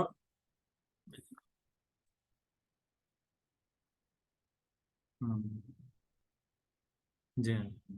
जी हाँ जी। तो ये देखें, अब हम इसको यूं ऐड करेंगे, तो अब देखें, अब क्या इफेक्ट लेगा ये, अब वो दोनों काम करेगा जो कि अलग अलग हम कर रहे थे।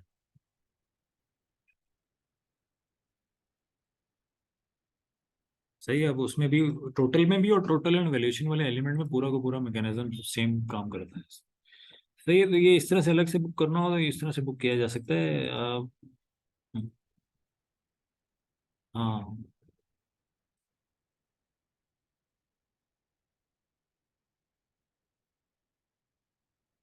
हाँ, चलें कोई बात नहीं। ये रिकॉर्डिंग मैं भेजूंगा आज की, तो इस नेक्स्ट टाइम हम आप लोगों के साथ मिलके चलाएंगे। तो आप लोग समझ रहे हैं, देखें ये चीज़ें थोड़ी सी बाहर स्ट्रांग दिखती हैं लेकिन है बेसिक ही हैं। मैं आपको सही बताऊँ, ये हमारा ईयर भी बहुत सिंपल है, वरना आप दूसरी ईयरपीस जैसे आपने कभी पहले भी यूज़ की होंगी, अगर कोई बड़े ईयरपीस यूज़ किए हैं, तो वो तो यानी अगर वो उसके ऊपर मैं इस तरह से आपको ट्रेनिंग देना शुरू करूँ तो यकीन करें आप लोग भाग जाएंगे छोड़ के। वो इतने मुश्किल होते हैं, उनका इतना इतना इंटरफेस इतना मुश्किल होता है, और इतना कंट्रोल इन्वायरमेंट में वो काम कर रहा होता है बंदा कि ना बंदा, मतलब वो खासे मुश्किल होते हैं, तो इसके लिए बाकायदा उसके लिए मैनुअल पढ़ने पड़ते हैं। अब हम आपको मैनुअल मेरे पास हैं, लेकिन मैं मैनुअल नहीं भेजना चाहता, इन सेंस कि ना आमतौर पे स्टाफ के पास टाइम नहीं होता कि वो मैनुअल पढ़ के ट्रेनिंग लें। और अब वैसे भी किसी यानी वीडियोस भेजी जा सकती हैं, छोटी शॉर्ट शॉर्ट वीडियोस भेजी जा सकती हैं। वो हमारा यूट्यूब पे है सारा मैकेनिज्म, मैं वो भेज सकता हूँ आपको, 5-5 मिनट की वीडियोस हैं, वो भी आप देख सकते हैं। लेकिन ये रिकॉर्ड जैसे भी मिसाल के तौर पे हमारा भी सेशन जो है वो 1.5 घंटे का हो गया। अब ये 1.5 घंटे की सेशन भी ना आप भगा भगा के देखें, क्योंकि वो आप 1.5 घंटा, आप थोड़ी आपको पता टाइम है कि आप 1.5 घंटे की रिकॉर्डिंग ही दोबारा देखेंगे। तो उसको थोड़ा सा फास्ट फॉरवर्ड करके भी आप देख सकते हैं, ताकि आप रिकॉल कर लें इन चीज़ों को। लेकिन नेक्स्ट टाइम जो है हम आपके हाथ से चलाएंगे, ताकि आप लोगों को जो भी प्रॉब्लम है वो हम उसी वक्त बाय हैंड डिस्कस कर सकें, और अपने हाथ से आप चलाएंगे ना तो आपको एक्जैक्टली पता चलेगा कौन सी चीज़ कहाँ पर है। तो कोई कोई कोई सवाल, हाँ। जी मुदस्सिर साहब, बिल्कुल आप ठीक कह रहे हैं, तो आप बल्कि आप चलाइएगा मुदस्सिर साहब, मैं आपको गाइड करूंगा। तो कोई सवाल जहन में है इस हवाले से, या आज के सेशन खत्म करें?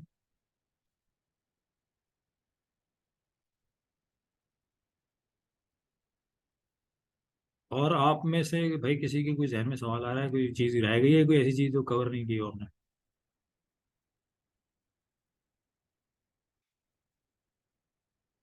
आपका नाम क्या है? हाँ उस्मान, देखें ये जो आप और हम सबका इंटरेक्शन हो रहा है ना, कल को मैं आप सबसे इंडिविजुअली ना कंफर्मेशन लूंगा। तो ये सारी जो रिकॉर्डिंग्स जो इसीलिए की जाती हैं कि जो चीज़ें सवाल जो आप किए जा रहे हैं और मैं बार बार आपसे पूछ रहा हूँ, आपके जहन में कोई सवाल है तो इसके ऊपर आप, अगर आज सवाल नहीं करे तो कल जब मैं आपसे साइनिंग लूंगा तो आप उस वक्त मुझसे सवाल नहीं कर सकते कि ये चीज़ मैं उस वक्त पूछ नहीं रहा था, मुझे अभी जहन में आई।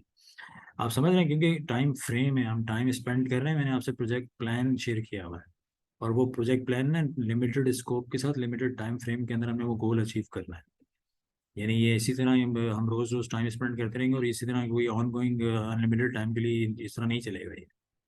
आप समझ रहे हैं ना? और ये सॉफ्टवेयर वाला ये जो पूरा एलिमेंट है, ये आप जो समझते हैं, हम डॉलर्स में चार्ज करते हैं। तो यानी आप प्लीज़ आप लोग मैं आप लोगों को कहूँगा कि आप लोग थोड़ा सा ना अब अपने हाथ से काम करना शुरू करें। और नेक्स्ट टाइम से हम आप लोगों से चलवाएंगे, ताकि इससे ना आप उसकी ओनरशिप अल्टीमेटली लेना शुरू कर लें। क्योंकि यानी मैंने इस तरह से आपको यहाँ आके शो टाइम आपके लिए लगाना नहीं है, जो आपको शो हर रोज़ दिखाना होता है। तो आपने अल्टीमेटली इसको अपने डेली बेस पे यूज़ करना है, और आपकी रिकॉर्डिंग रिपोर्टिंग सारी इसी सॉफ्टवेयर के ऊपर होनी है। तो इस चीज़ को ऑन करना शुरू करें, and, हम अब मिलेंगे इंशाल्लाह मंडे को, नहीं सॉरी, क्या कौन सा दिन है आज? कल छुट्टी है यहाँ पाकिस्तान में भी, आपके भी रोज़े शुरू हो जाएंगे। तो फ्राइडे को आपकी छुट्टी होगी, सैटरडे संडे हमारी छुट्टी है। तो अब हम मंडे को मिलेंगे, नहीं सॉरी, सैटरडे के दिन हमारा सेशन होता है ना। हाँ सैटरडे के दिन 25 की मैं चले अभी प्रोग्राम कर देता हूँ 2 बजे का ना। तो हम सैटरडे को 2 बजे मिलेंगे, और फिर आप आपके हाथ से मुदस्सिर साहब आप चलाइएगा, ठीक है? चलें, बहुत शुक्रिया, थैंक यू। हाँ सर, चाह रमज़ान की टाइमिंग तो बताएं, वो क्या टाइमिंग होगी?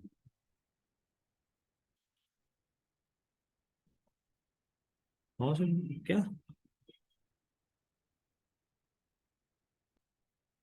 रात 9 से 12?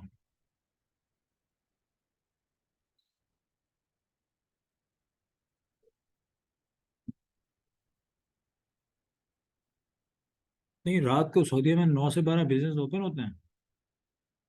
रमज- अच्छा, वो दिन में, मतलब दिन में कुछ भी नहीं करते वो फिर?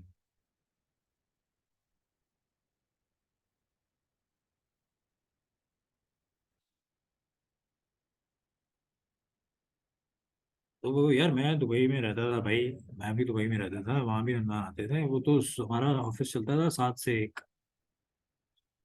तो हम तो 7 से 1 काम करते, बल्कि पूरा दुबई जो है ना वो 7 से 1 काम करता था, और फिर 1 बजे के बाद सब बंद हो जाता था, और अफ्तारी के बाद खोलते थे फिर तो शाम को 7-8 बजे।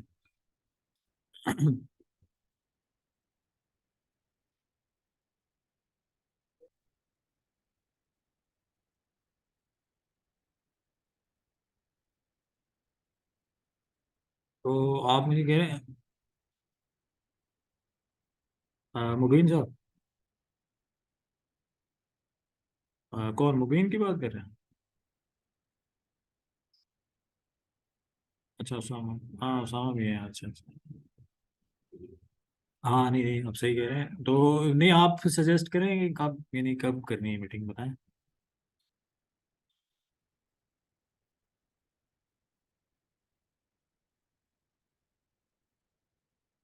सर, सैटरडे को तो 2 बजे कर लेंगे, लेकिन आपका रोजा ही होगा ना सैटरडे को। तो भाई मैं तो 2 बजे, यानी पाकिस्तानी हकीकत में हम तो कराची से ऑपरेट कर रहे हैं, आपको हम कराची में हैं।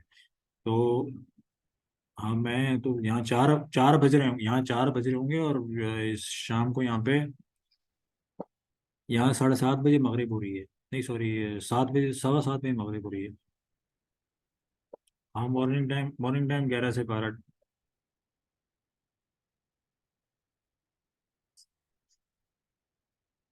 नहीं सर, वो फिर मैं घर से अब आपके लिए टाइम निकाल सकता हूँ, लेकिन हकीकत में तो ऑफिस की टाइमिंग हमारी जो है सुबह 8 से शायद 3 बजे तक की है। तो हाँ, आप सही कह रहे हैं, क्योंकि पता है होता ही है कि बंदा रोजे से होता है, और रोजे में ना इतना बोला नहीं जाता है, इतना बोलते हैं हम, ये डेढ़ डेढ़ 2 2 घंटे की थोड़ी बंदा बोल सकता है रोजे में। हाँ ना, तो बाकी का तो ये है कि मैं भी यही सजेस्ट करूंगा कि हम ना अफ्तारी के बाद ही प्रोग्राम रखा करेंगे। तो अफ्तारी के बाद आप मुझे टाइम बताएं कब रखेंगे आप? यानी वो, मैं तो आ जाऊंगा, आप कहेंगे तो मैं फौरन अफ्तारी के बाद आ जाऊंगा, क्योंकि फिर वो 10 बजे तक तो जाना पड़ेगा ना नमाज वमाज के चक्कर में। तो